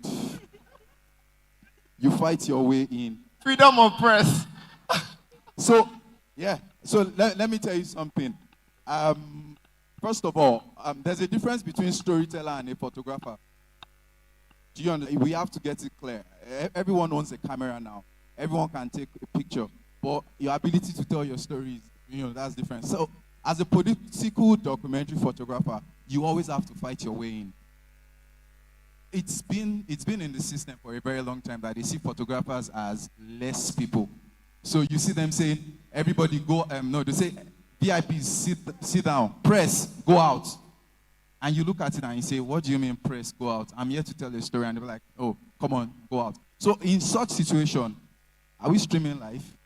Everyone that knows Good question. Know me, I will fight my way inside. And I'll go in. Nusa too is a good fighter too. So we always fight our way inside and we do our job and we get out. Thank you. It's fantastic. Thank you. And to be fair to the Nigerian ecosystem, especially when you see how it is being done. Sorry, sir. When I say fight your way, don't fight with police. So I didn't say you should fight with somebody holding gun. No. I mean, explain to them, speak English, speak Yoruba, speak a language they understand. Wow. And when you see it's getting hot, please clear. Very don't fight. When I say clarification. fight your way, I mean, Important So I clarification. didn't say you should fight physically, but explain, tell them why you are there. Some of them, they won't answer you. Do you understand? But when you see that it's getting heated, just excuse yourself and, thank you. And I think it's very important to take note that despite how we always say freedom of press, we're not sure it's great in Nigeria, blah, blah, blah, you have to know that what we have in Nigeria is it's a huge privilege that we have the freedom to tell as many stories as we're able to tell, even about our political elites, right? In countries like China, Qatar, there's a serious clamp on the extent of the story that you can tell. So yeah, it's just that the only thing I'm going to add to the fantastic answer Ayo has given is prioritize the story, not your ego, not yourself, not famsing the so-called politicians so you want to take picture with them. Prioritize the story. If you focus on making sure it's that story you want to tell, personally, I think that the universe will align to make sure you find that story. I mean, big ups to, journalists of way back, the Daily Giwas and the likes who, dug out stories that anywhere. And I think one of the things that they had was they prioritized the story above their ego, above themselves, above their interests. Having said that, rumor has it that Awa has a question for a certain somebody. Is that fact? Great. Yes. I have a question for you, Ayo. Louder. Me, I will not close my mouth because I open my mouth online and I open it in real life. We all know that it's not every day that we get the opportunity to be seated beside the movers and shakers in government, right? We are all here when you people are doing what you are doing to us, and you talked about we have this money for the creators, we have that money for the creators. Where is the money? Because do we have creators here? So do you people back me up? So if they want to carry me, are you still there? All right, thank you very much. I expected that question from Awa. Don't worry. Nora, I see you. By the way, before I answer the question, I want to give a special shout out to 3 people that are very important. They are OGs and they started from Ibadan. OJ, please stand up for recognition. Please clap for OJ. OJ is the guy behind the scene. He started from Ibadan. we have Fabian, and we have David. Clap for David Adelakon, please. Pastor, please stand up, sir. God bless you. Now, where is the money? That is why I introduced Pastor last. First of all, we should be glad that this administration is really committed and interested in the creative economy. And immediately we got in, what did we do? Office of the Vice President, my colleague at the Office of the Vice President, approached Providus Bank, and we were given 5 billion naira to give creatives in Nigeria. And I can put it to you that we have people in the industry that have collected that money. Yes. And they're already making, God bless you. Now, let me finish. Creatives, calm down. Now, for upcoming creatives in Nigeria, we know that we are really important. This is where the money should go to. We have a certain percentage of the money coming to creatives here in Nigeria. We're going to post the link very soon, and everyone can access the loan, the funding. Now, for the IDICE funding coming up, the Vice President also would launch the website where we can all apply, no matter who you are, from the age of 18 to 35. You can just go there. It's not that type of money. You have to actually tell them what you're using the money for. It's not free money. And also, I think at some point we actually even need to, cut the government some slack. This administration is really trying for creatives. I'm going to talk for creatives, and I'm going to keep talking for creatives. Yesterday, the president just merged the Ministry of Arts, Culture, Creative Economy with tourism. It shows how committed we are. It shows how we rate creatives. In the presidency, sorry, let me finish. We have Nosa there. Nosa is a senior member. I'm there. We have other guys that are creatives there. We're not going to be there and we'll watch creatives not being attended to at all. And we promise you, when it's time for funding, everybody will have access to the funding, especially the upcoming creatives in Nigeria. Thank you. I think it's very important that you mentioned upcoming creatives because, of course, NOSA is doing a great job, and I know that you have funding for, like you said, bigger creators. But unfortunately, I think that for your work to show, you also have to prioritize upcoming creators because a lot of people go into content creation because they don't have any other channels to make money, any other avenue. So you have to at the grassroots level, you have to prioritize them. In fact, they should be the ones that you're talking to more than, yes, of course, I'm not saying that the bigger creators should not also receive help from Ladies and gentlemen, let's go goodie pattern. But this one week me make I no lie. But kind my eye when I think of it. But you know now you for don't jay. Alrighty.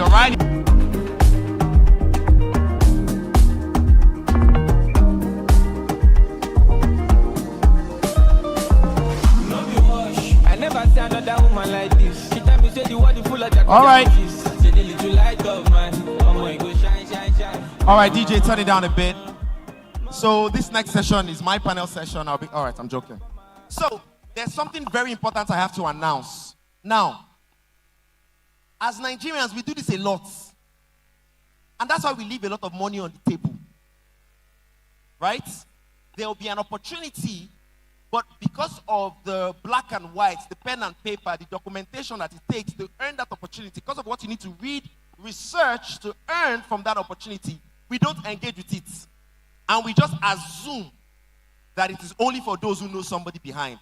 Listen, 150 million naira is available for equipment grants for creators in Ibadan. I don't know if you heard me clearly. I like that the hall is quiet. Sheng Gomi. Hello, Numoso. 150 million what? Here. 150 million naira grant available. And you can get it by downloading, tell me if I'm correct, downloading the Lens for Good app, right? I still found a way to rope you into this. Okay, it's on the screen. Fantastic. You can just scan this barcode. Join the Lens for Good web app, connect and have access to 150 million naira in account. And I want you all to make a post about Lens for Good on Twitter, right? Lens for Good on Instagram, hashtag Lens for Good. Also, there will be one of those tickets that will be given to someone who tweets about their experience with me as the host of this show. I got a personality personalize it, right? Up to that, hopefully. But I just want to share a quick story because I've been asked to speak on global impact, local stories, and story, my own personal story. I remember vividly sometimes in 2015, I was just leaving, school, and then, an idea came into my head, to start Home Advantage Africa. So Home Advantage Africa is actually, a not-for-profit, organization, and what we basically do is to tell, try to change the narratives for young people, in Nigeria. So we started that in 2015, and then the objective was conquer your locality, conquer the world. Because personally, I believe that when we conquer our locality, we become exportable materials. So, whatever you want to do, learn to do it well. And what we based, our activity on was on storytelling and, youth empowerment. So we're telling the story, one story after, the other. And in 2019, upon that appointment, a number of things, came to my head that how do I do things differently? So I went, looked at the record that how have my predecessors, how have they been able to do this thing that I'm about, to do? And, one thing that, stood very, very tall, to me was, how I can actually reposition the state with the art of storytelling. And I know that I had the audience of the young people. So if I have the audience of the young people, how can I actually, push, the story of the state, the story of my governor, the work he's doing in such a way that, they will love, to hear it. And I started telling my story. As commissioner, then it was quite unpopular for you to be a commissioner and then you have a full-blown, media team. A full-blown, you have a photographer, you have, those that do videos, those that do graphic designs, for you. But I was just so particular about that, just because of the fact that I know the kind of content that I wanted, to put for people. Then, we started in shows, we'll do good videos, and then, some people will go all over that, oh, Kilos and Mansion Fakorede is always snapping good pictures, is always doing, fine boy and all. But unknowing, to them, they didn't know that I was trying to I know a number of people will come to me to say that, oh, they say that you just post fine pictures, you just dress well. But I told them that, look, just give me time. And, at the end of the day, you'll be able to see the reasons why I started getting, a number of, recognition that was putting the state in a very, very good, light. And I think 1 or 2 years into that appointment as commissioner, I got an email from the United Kingdom for 5 people in the entire world. It's a global award. So they nominated about 15 of us. Just 2 of us were from Africa. And at the end of about 7 months rigorous process, they sent me an email that I've actually been qualified and shortlisted to be part of the 5 to represent the world. And you want to ask me a question that how did they fish me out from the multitude? What actually secluded or what made me distinguished me from the pack was the fact that Sheon Fakorede was telling his story to the world.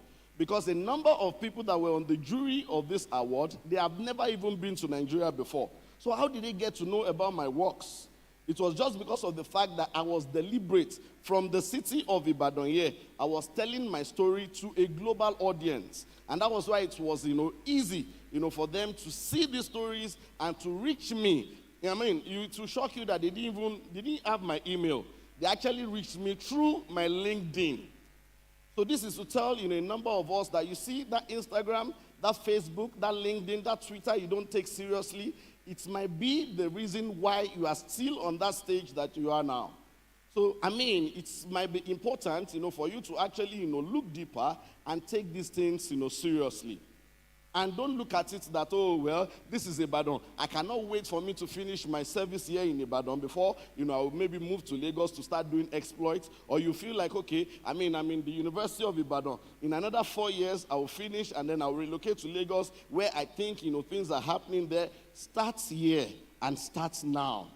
Remember I said something, that when you conquer your locality, you become an exportable material. And today, I mean, I'm happy that, I'm not just speaking English or gibberish, to you. I started, it from here.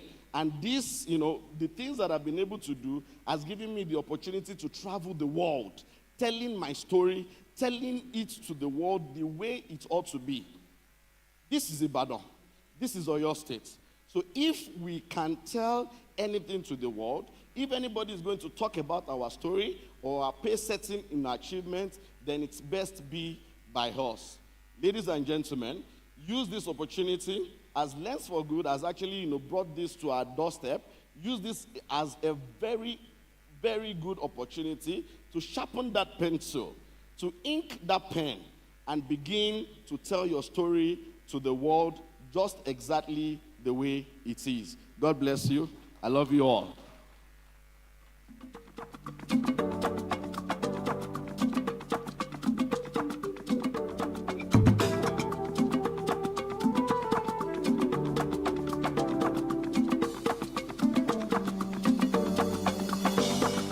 Falala, falala, make a de falala, falala. Blessings upon my life till they see me for valala. Mama say make I listen to Jah, make I no reason too far. Man I be living too fast, make I de chill and relax. Life has been good to me, I do not take this with levity. Nothing is new to me, but lucky I'm grateful for everything. The good and the bad and the ugly, all of the joy and the suffering. And then it dawned on me, all that I seek is in front of me. Iṣẹ́ Olúwa kò sẹ́ni tó yé bí mo ṣe ṣe mi ò mọ̀. I just dey stay on my grind every day, I keep my eyes looking up. As you dey see, I give the glory to God. As you dey see, I give the glory to God. Iṣẹ́ Olúwa kò sẹ́ni tó yé bí mo ṣe ṣe mi ò mọ̀. I just dey stay on my grind every day, I keep my eyes looking up. As you dey see, I give the glory to God. As you dey see, I give the glory to God. My mama tell me say surulere. Wow wow. Tó bá focus o máa gbọ́ pẹ́.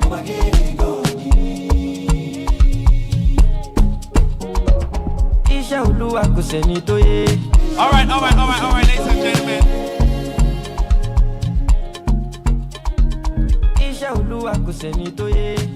Without wasting any time, DJ, turn it down. Now, all right, I have a few things to tell you guys. I'll be quick. Number one, remember, engage on social media. Number two, remember to download the Lens for Good app. Join the web app family. Pam Pam, I hope you're not leaving yet. Remember to join the Lens for Good family online on the web app. Also, remember to engage on social media. And then I'll jump right into our next session. Now, okay, good. I remember what I wanted to say. So, after this panel session, there will be one presentation, a 5-minute presentation, explaining exactly how the Lens for Good web app family can be of great advantage to you. Okay?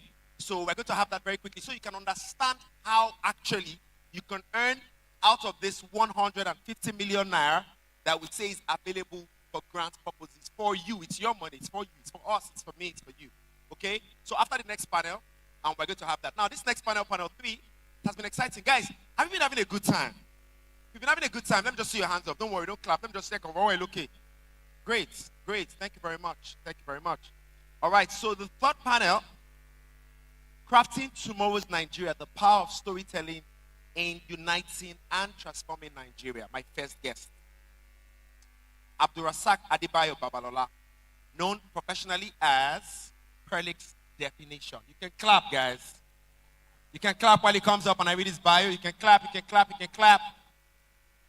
Known for his vibrant, bold visuals and emotionally resonant narratives, Perlix Definition has crafted a signature style that sets him apart in the industry. His portfolio boasts works with some of Nigeria's most prominent musical artists. Some of his notable works include Stronger by Young John, Believe Me by Johnny Drill, Yawa by Fireboy, Ugo Pay by Fowls and Adekunle Gold, Charm by Rema, Personal by Ziroleski, Body and Soul by Joe Boy, Guagalada by Benson, Kizana and Sheyi Vibes, Back in Idu by Black Bones, Hasta La Vista by Zlatan featuring Young John. Ladies and gentlemen, once again, a round of applause for Felix Definition. Thank you. Thank you.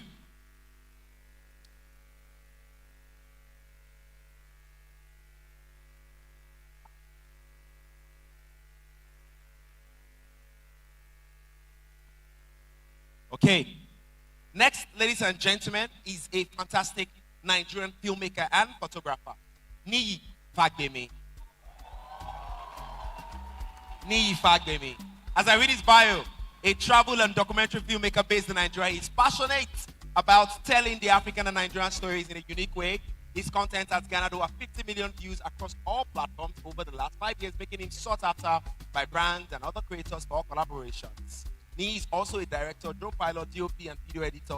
He's a Sony collaborator and aims to share his unique expertise and experience using Sony's latest products via workshops and online webinars. Ladies and gentlemen, once again, a round of applause for Niyi Fagbemi. Thank you very much. And ladies and gentlemen, this gentleman is a member of the Federal Republic, a distinguished visual storyteller, creative and cultural anthropologist, and documentary photographer, renowned for his innovation and excellence. From 2015 to 2023, this gentleman served as the official photographer and special assistant to the former president, Muhammadu Buhari of Nigeria. His expertise has been sought after by renowned organizations and personalities, including Sahara Energy, Oando Foundation, to mention but a few. Ladies and gentlemen, with a resounding round of applause, bring up stage Bayo Omoboriowo. Welcome. Welcome, sir. Welcome, sir. Alrighty. And to moderate this amazing panel, listen out, nobody here. To moderate this amazing panel is a lady, popularly known as Toluwani George, a Nigerian Lebanese who has worked as a photo model, TV host, brand influencer, and on-screen actor for a number of years, with movies featured on platforms such as Amazon Prime, Netflix, and Showmax. She is also a graduate of the University of Ibadan, where she majored in adult education and political science. She has a huge passion for acting and participating in projects that provide an opportunity for our creativity to thrive. Ladies and gentlemen, a round of applause for Toluwani George. Okay. Okay, so good evening, everybody. We as Africans and we as Nigerians to tell our own stories so that we can change that narrative. There's a particular narrative about Nigeria, about the whole of Africa that has been painted by people who don't necessarily even live here. So for instance, how many of us have traveled to northern Nigeria? So if you were to tell the average Nigerian that you are traveling to anywhere outside of Lagos or Abuja, let's say you are traveling to Kano State, there will be a lot of questions asked, and a lot of people will question your safety. So when I was to travel to Kano State, which was my first ever travel, I called my mom and I told her, I was super happy because it was the first time I was getting paid properly. And I told her, Mommy, I'm going to Kano State though. And first thing she said was, Kano? Funkini? Which means for what? You see, so it made her very anxious to hear that her son was traveling to Kano State because of what the news was saying about Kano and all the killings and everything that was being painted about Kano.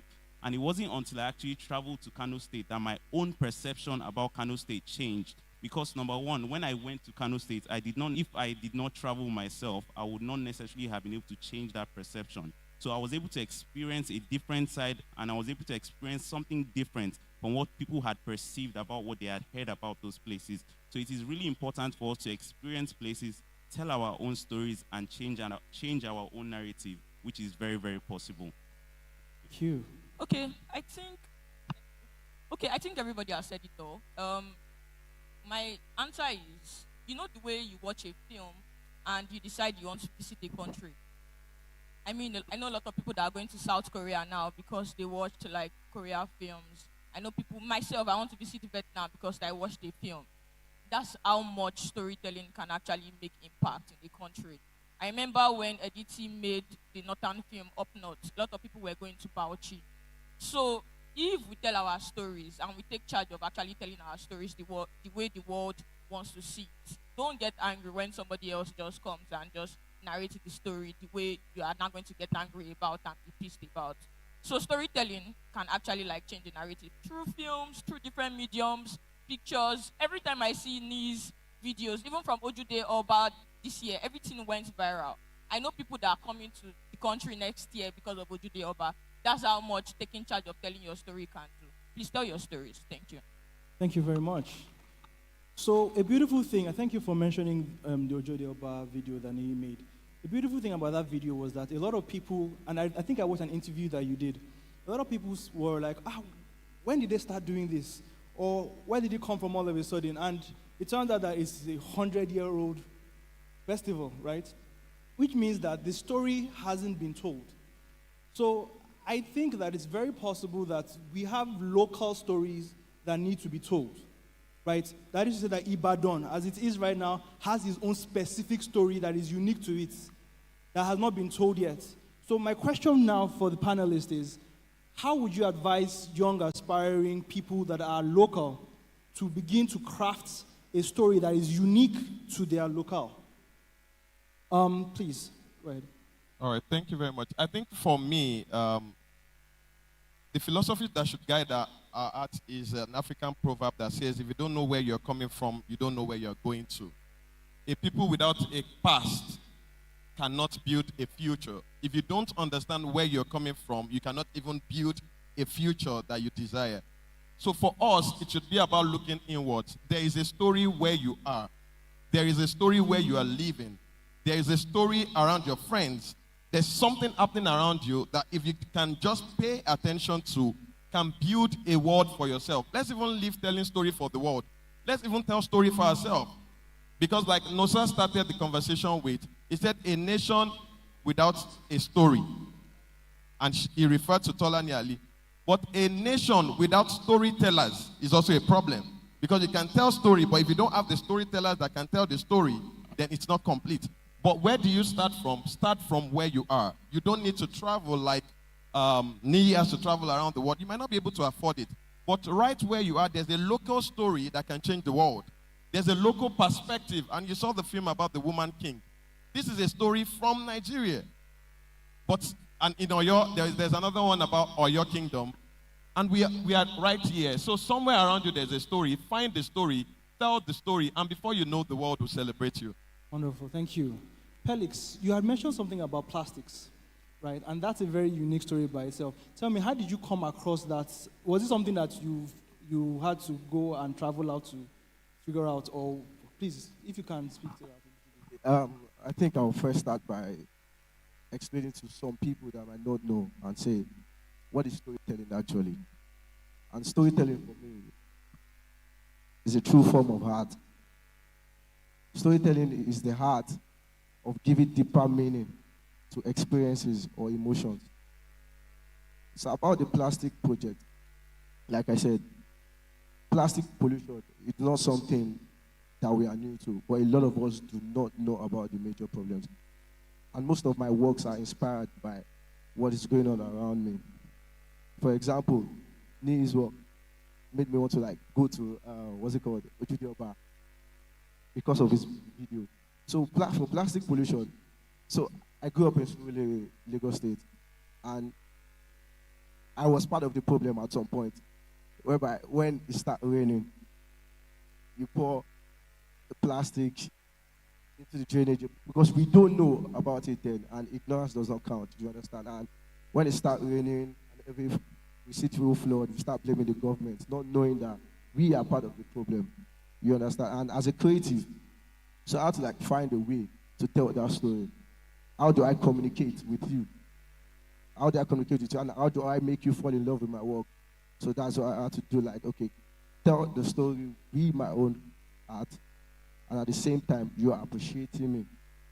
So when you see the art, you can see the message that I'm trying to pass across to you. You understand? So that's why I do the plastic pollution. Wonderful, thank you. You know, something I like about both your answers was that you spoke to something that would be otherwise mundane, something that people wouldn't really look to, this is an important thing. Something like plastics, for example, is not something it's something that all of us misuse every single day. But who could have known that there was a story there? How can you think that, look at this Eva bottle, this is a story, right? I think that's very fascinating. And the answer about friends, working with the people around you, with your locale, I think is very wonderful. But something that you had just said just reminded me about a question that I had concerning unity. You had said that because of Ni's video, you wanted to go to the north, right? And I think I'll throw this question to this side. How much of an impact do you think telling our local stories can have in bringing our country together, actually? Please.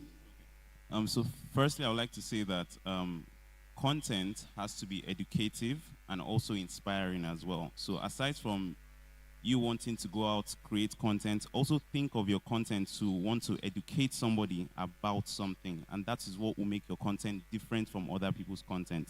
So one thing I do is I've been privileged to travel to different parts of Nigeria, different parts of Africa. But what I did was I ensured that anywhere I go to, I try and absorb those places in and try and paint the picture that I actually experienced there, so that people that watch my videos and people that watch things can actually experience it in the videos they see.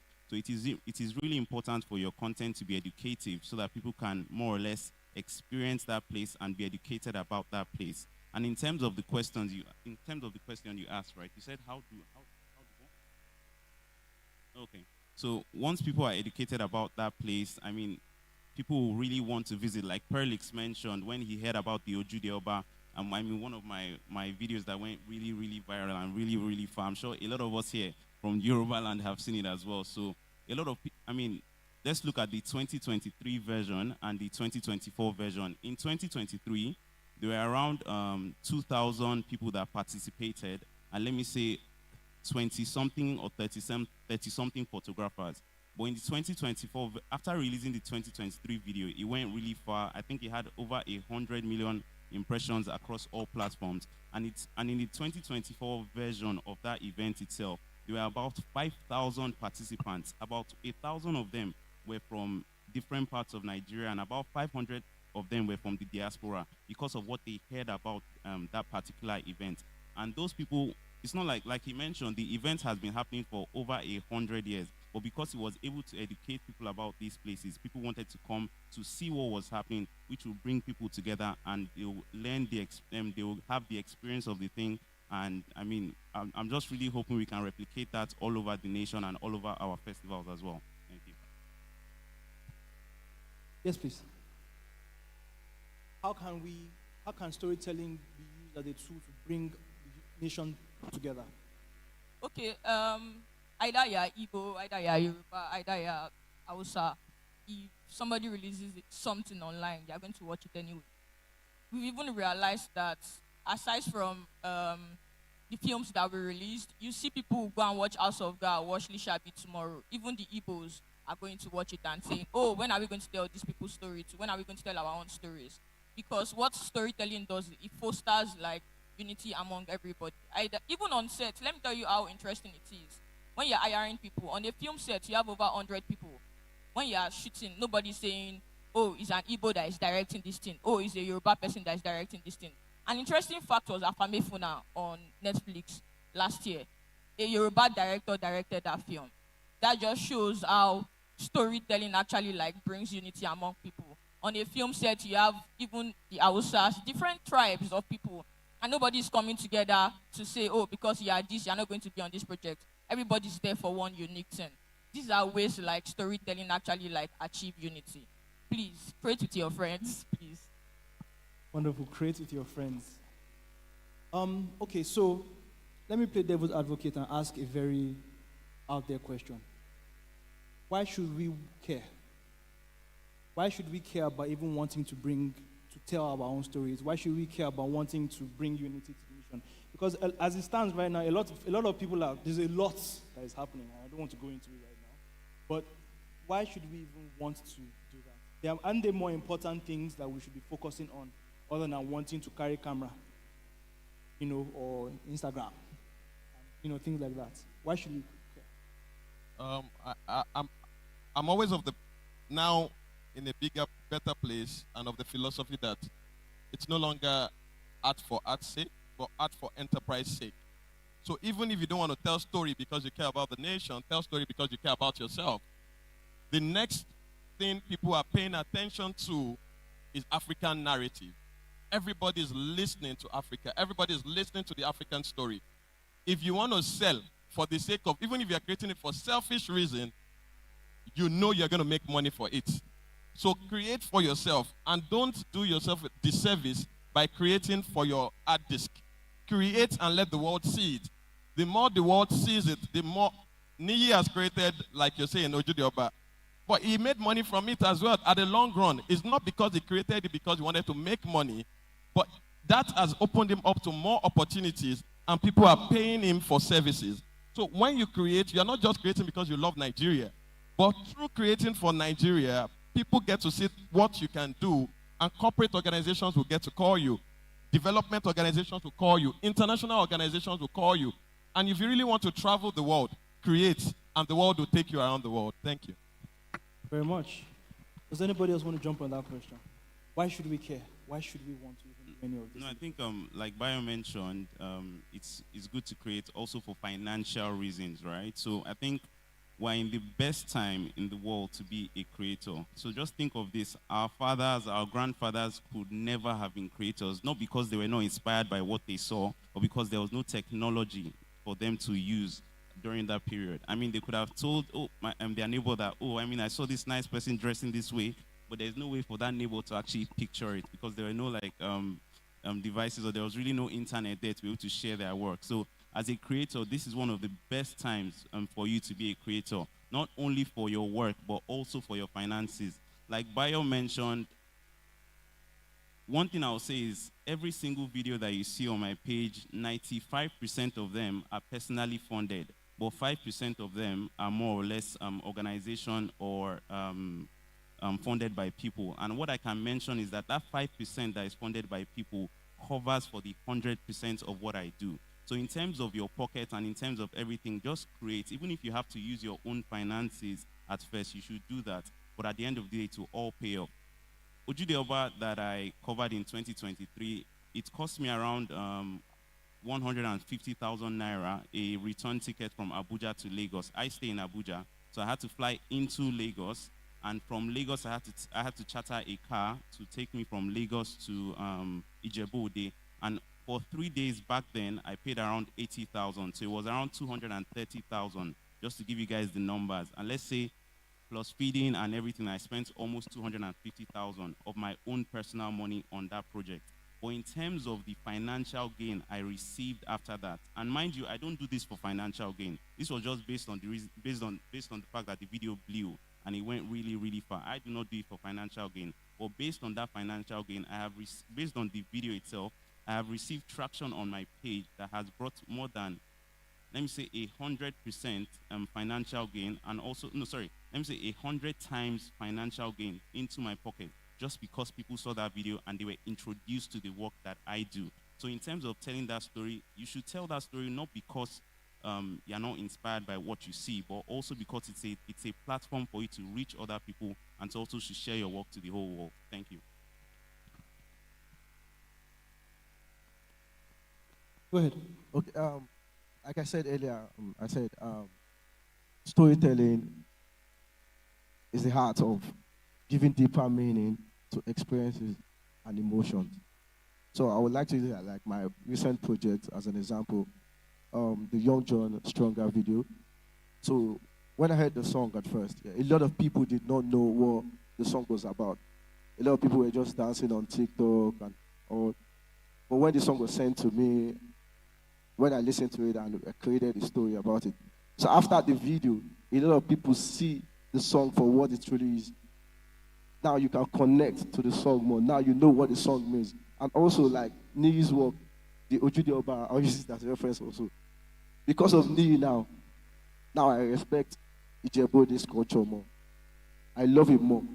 I want to go there. I want to experience it. Do you understand? I want to experience it. Plastic project. The last one I did, I gathered almost up to like 100 volunteers. We gathered up to like 5,000 plastics to do this. I had to bring in volunteers because I wanted to like tell people to be involved in this project. Time have a knowledge about plastic pollution. And we did that and it went viral. Do you understand? So at the same time, the way I'm shooting I am passing a message to them too. So I just think storytelling is the best way to tell our story and the best image to give to people in the country and outside the country. Thank you very much. From everything you guys have said, I personally am very inspired because just to put it all together, it sounds like you're saying that if you are truly selfish, you will work for your land. A friend of mine always says to me that if Nigerians were actually selfish to the degree that they pretend to be, they will probably do more good for themselves because they will follow that selfishness to the natural conclusion, right?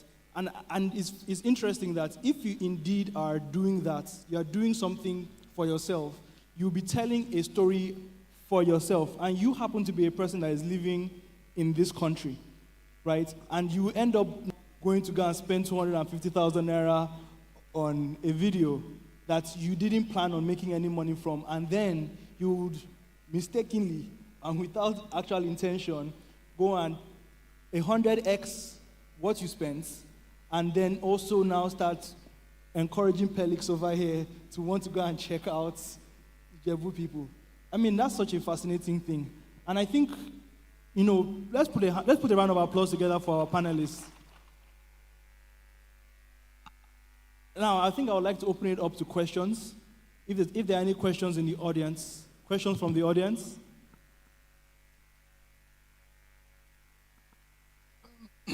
Thank you so much for this opportunity because I just heard of this program like 3 days ago and I made sure I'll be here because I saw Pelix on the board and Pamela and I was like, I really need to meet this guy because this platform very important. So my question is this. I am a video director, actually a content creator. I don't have any primary knowledge on it aside for the fact that I have love for this thing. I watch a lot of music videos almost every day and I want to start, which I have started. I've shot a couple of videos for my friends that are artists and I want to ask like, what is the advice that you can give someone that is starting up without no primary knowledge and is willing to like work with big names, grow my own personal brand and get to like meet with a lot of people? Thank you.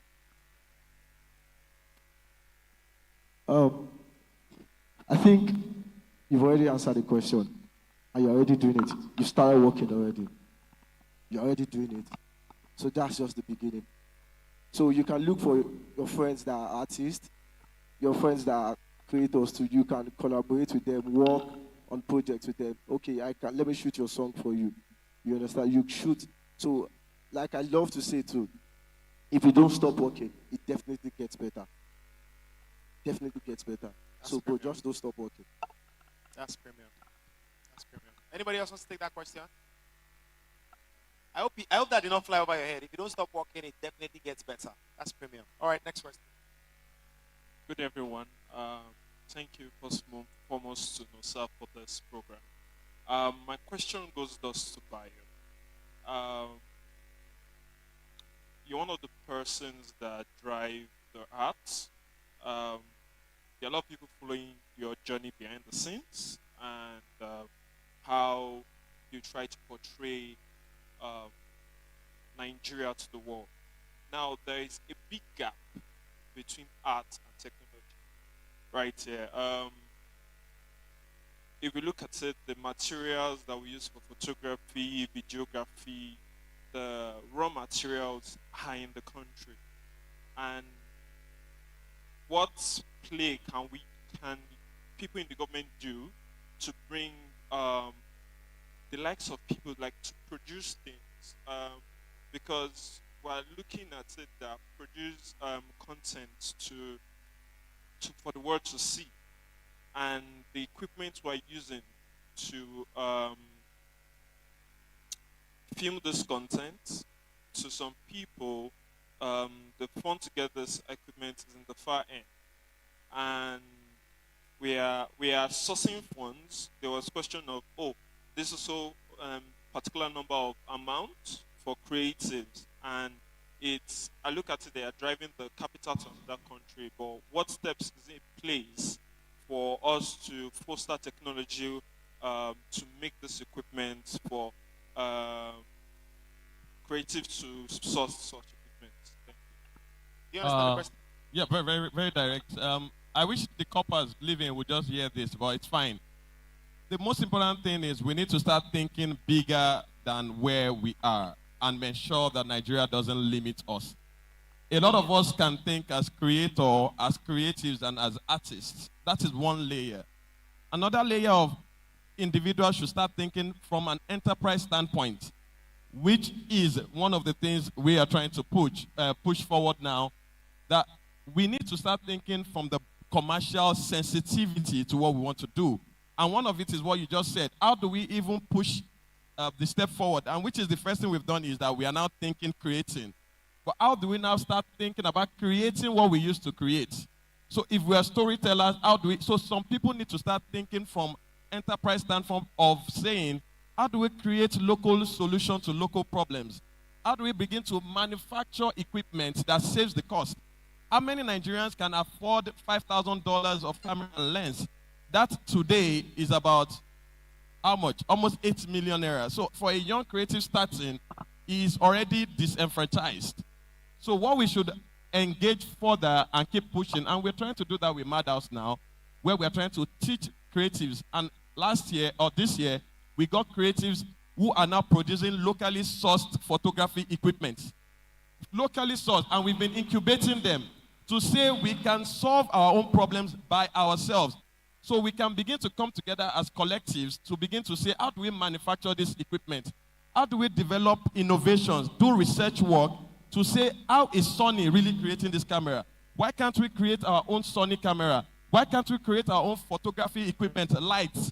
Even tripod, we are importing it. Even Pelican box, we are importing it. How do we do this in Nigeria using locally sourced materials? We have wood in Nigeria. We have metal in Nigeria. We have clay in Nigeria. We have fabric in Nigeria. How do we use it to solve our problems? And those are the kind of conversations we'll be pushing forward.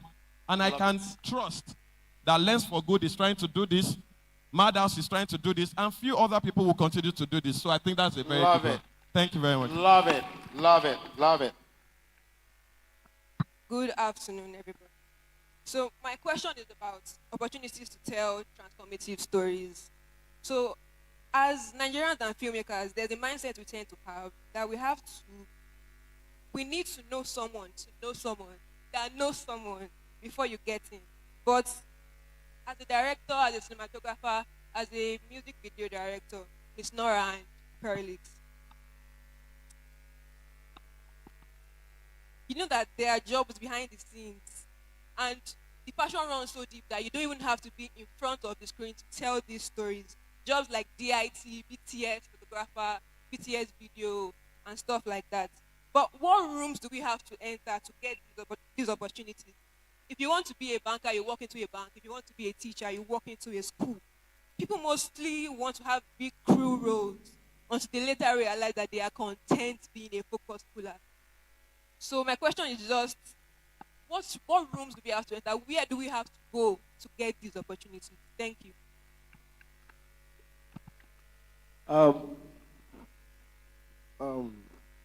I think if this was 7 years ago, the question would have been very, very hard, or it's hard to answer. But right now in 2024, I think it's just easy. You have your social media. Just keep creating and post. You have Twitter, Instagram, Facebook. Keep creating and post. Like I say to my people, bomb people with your project. Send it to them. Because at the end of the day, people are watching. People are watching. Everybody is on their phone. People are watching. So it gets to a point that there's a particular type of content you create that is going to connect with someone. Because I'm telling you this because it's just like my story. Way back before 2019, I'm sure if Bayo checks his DM, you see my message in his DM now. Yes. You see my message in your DM. I sent loads of pictures, loads of my works, write-ups in his DM. Like, this is my art, this is everything. I didn't get a response, but I didn't stop. I was creating. So I created images that I know within myself that these images are way beyond me. It is not ordinary. And I love to call it creativity. So if I post today and people, I didn't get the interaction that I want, I'll post tomorrow. I'll post on Friday. I'll post next week. Till I started doing this, I kept doing this till 2020. Then I compiled all my works that I've been shooting from 2018. I compiled them together and I posted on Twitter. And I don't know what happened. And I can tell you for a fact that the video that I posted on Twitter is, if not the most viewed photography project on Twitter right now. Right now. And let me tell you this, it changed my life. From there, I started getting calls, interviews, and all. Then I switched into music video. So, like I said earlier, just keep creating. And you have your social media, just keep posting, tag people. One day, somebody that connects with your content is going to find you. Thank you. Okay, so I want to add something. Aside from social media, like you mentioned, I want to give like practical answers to. You are here. This is a space for networking. I've seen somebody that maybe I went outside to take pictures. She helped me with my cap, everything. She's probably going to drive with me to Lagos, just by that. And there are now even like workshops, film academies, like Kunle Afolayan has one, Ebony Life has one, and there's something that Ebony Life even does, and it's for free. That everybody that comes to their film academy, you have the chances of interning on their project. That's how you meet people. A lot of Nollywood people that I met were probably from just going to go and probably even say hi to somebody on set. Do you know people intentionally go behind the scenes of film sets just to say hi and connect to see how things work? These are ways to network and actually get yourself in that room. Attend whatever academy that you need to attend. Master classes, attend online. People do Twitter spaces and everything. Ask questions. I've met people through that channel. I feel like the most important people in my life are people that I met on social media, basically. They are currently the most important people I met. So network spaces like this, talk to people. Oh, it's not everybody that is going to answer you. That's fine. Take that as, okay, this is this. Out of 100 requests, you probably get that 1 yes. And that 1 yes can be the yes that change your life. So please don't give up. Continue networking. Reach out to people. Thank you. Nee, you want to take a stab on that? Yeah, let me just mention one point, right? So I think she mentioned something that was very key, that for the people that can't really afford to get to where they want to be. So the honest truth is, everybody that you see on this platform started from somewhere. So someone like me, when I started out, I was using, I think it was a Samsung phone, then I moved on to a Nikon camera that has all those flip flashes, right? So it wasn't necessarily because I did not have the right gear or anything that my work was not good. Based on what I had then, my work was very good to me. And in terms of what I could do, my work was very good because I had this mindset. And I used to tell a lot of people that ask me questions that no matter what you are doing, whether you're a creator, photographer, filmmaker, you can be a fashion designer, you can be a driver, anything you are doing, just follow these 3 C's that I'm about to tell you. So the first one, like Perlix mentioned, you must be consistent, right? So be consistent in whatever you are doing. Be consistent in doing your craft, in posting your work. The second one is you must collaborate. You must always collaborate with people around you. That way you grow your network. So if I know one person and I know 2 people, that way I'll indirectly be introduced to that one person's friend and the second person's friend, and that will help me to grow my own network. And the last one is you must be creative. So one way to make your work stand out is to be creative. And being creative is just taking something from a new angle, or doing something that that has been done before from a new angle, or doing something entirely new on its own. So that's all. I just follow your 3 C's. Thank you. Thank you. Sorry. All right. On. Yeah. Thank you. Take a stab. To be honest, and I will say this very honest, I'm being very honest. None of us, and I'm speaking for myself in particular, we never knew we would become this, that we would even be invited to come on the stage. Never create to go viral. Never. If the motivation of your creating is because you want to be viral, you've lost it from the beginning. Never create just because you want to make money. Once your passion is there, the passion is like a spirit. It flows and everybody can see the genuineness of why you are doing what you're doing. And the world would rally around you. Lastly, if we never tell you any other thing, a lot of us you see here are deeply rooted in God. Talent is never enough. You are not the first. We are not the most talented people, but God chose to favor us. So if you don't live here with anything, draw close to your God. Find your God, and He will set you ablaze forever. Thank you very much.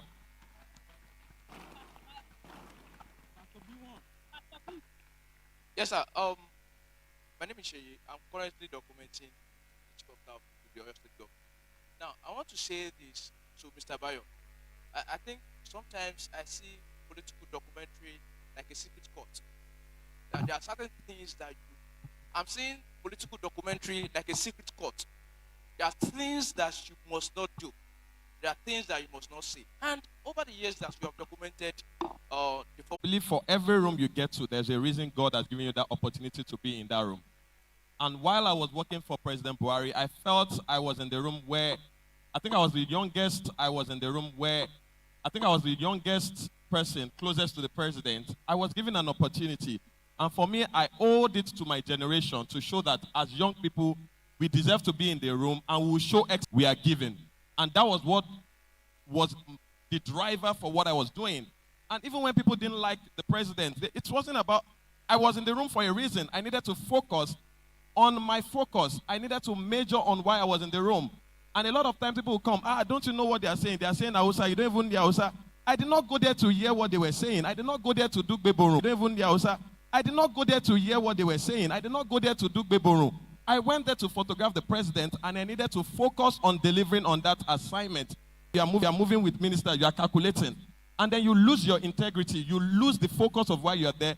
And in the next few months, they kick you out. You lost an opportunity. So whenever we get the chance, let us prove a point that excellence is ingrained within us. And it's not because, again, I say, not because I add all of this, but once you do anything with build a community that's, like we've been talking about all day, that is going to help to retell the Nigerian story, retell the Nigerian narrative in a more positive light. And to do that, we basically have three major pillars. We have the web app, we have master classes, and we have this community, right? But everything at the end of the day still falls into the web app. To tell us more about the web app, I would like to hand over my mic to Inumid. Hi, everyone. Hello, Ibadan. Good evening. Okay, so I'll just be talking, saying something brief about the Lens for Good web app. So, I don't know, can we please upload the QR code again so that people will be able to scan? So the web app majorly is a location-based directory and portfolio platform. It's like the Instagram for creatives, right? That connects creators to mentorships, gigs, events, financing, as well as personal and career development perks from the community. So you can connect with other creators. You can, on the web app, you also have access to the mentorship program, which is currently ongoing by top and seasoned mentors like Tolani Ali, like T.Y. Bello, like me, Fagbemi, right? So those things are very accessible and it is completely free. So all you have to do is, sign up using the QR code that will be uploaded very soon. And then you have access to all of this. And then the web access technically actually gives you, access to like different creators. You tend to connect, you can reach out to people, upload your pictures, upload your work, upload videos, upload pictures. Yeah. All right. In addition to that, the web app is also the place with which we'll be able to administer the grants, right? So please scan this QR code, get access to the web app for free, and have a chance to gain access to the grants that we will be giving out in the total sum of 150 million Nigerian naira. Right? Please can we put our hands together for Lens for Good again? Thank you very much. It ain't like you hearing it and it's like moving you. Music is, and the music you making is life, and it's like new life. It's important for me to understand the state of mind and the life you live and where you're at right now. Pull up like surprise is the president. Can't you see? Shout out to Julia wherever she is. I just want to say thank you to my friends, my brothers, and first, our greatest partners and support system. We're carrying lens for good on our head. Let's put our hands together for Dio. Is my phone. You know, he's like this top, sitting on the top of the food chain when it comes to entertainment in Nigeria, and to think that he would come to work with us and support us with his team is super mind blowing and humbling. So let's just say thank you. We won't be doing as much as we're doing right now if not for their support. So let's put our hands together for D. Let's put our hands together for him.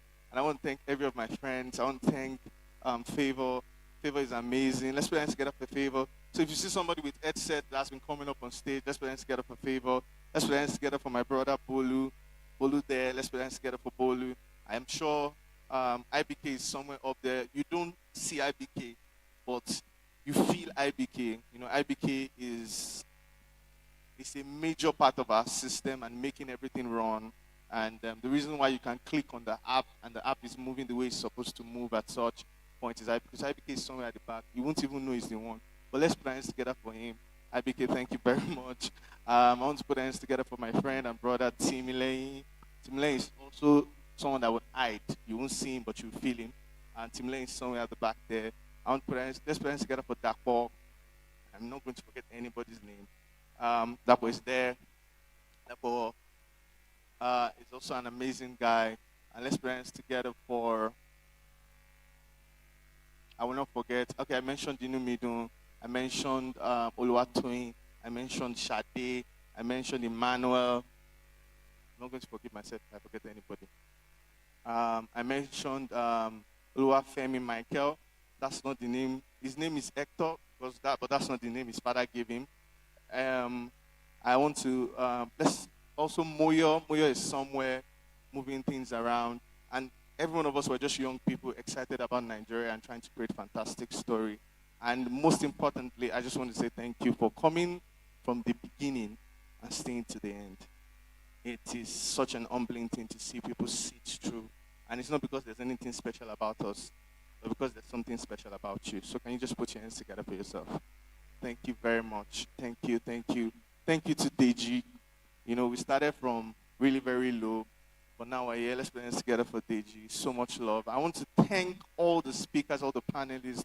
Awa is so amazing, so amazing. And we had a conversation this morning, and it's exciting to see the art that she has for Nigeria. And so we just want to say thank you to Awa. Thank you to all the panelists and everyone. So thank you, Ibadan. Thank you, Alaji. Thank you, everyone. We're so grateful. And if I forgot to mention your name, I'm very sorry. Thank you very much, guys. Thank you so much, Nusa. Ladies and gentlemen, it has intentional about learning. Thank you very much for being such a part of this project. For my people, let me too do like Nusa. For the people that came with me all the way from Lagos.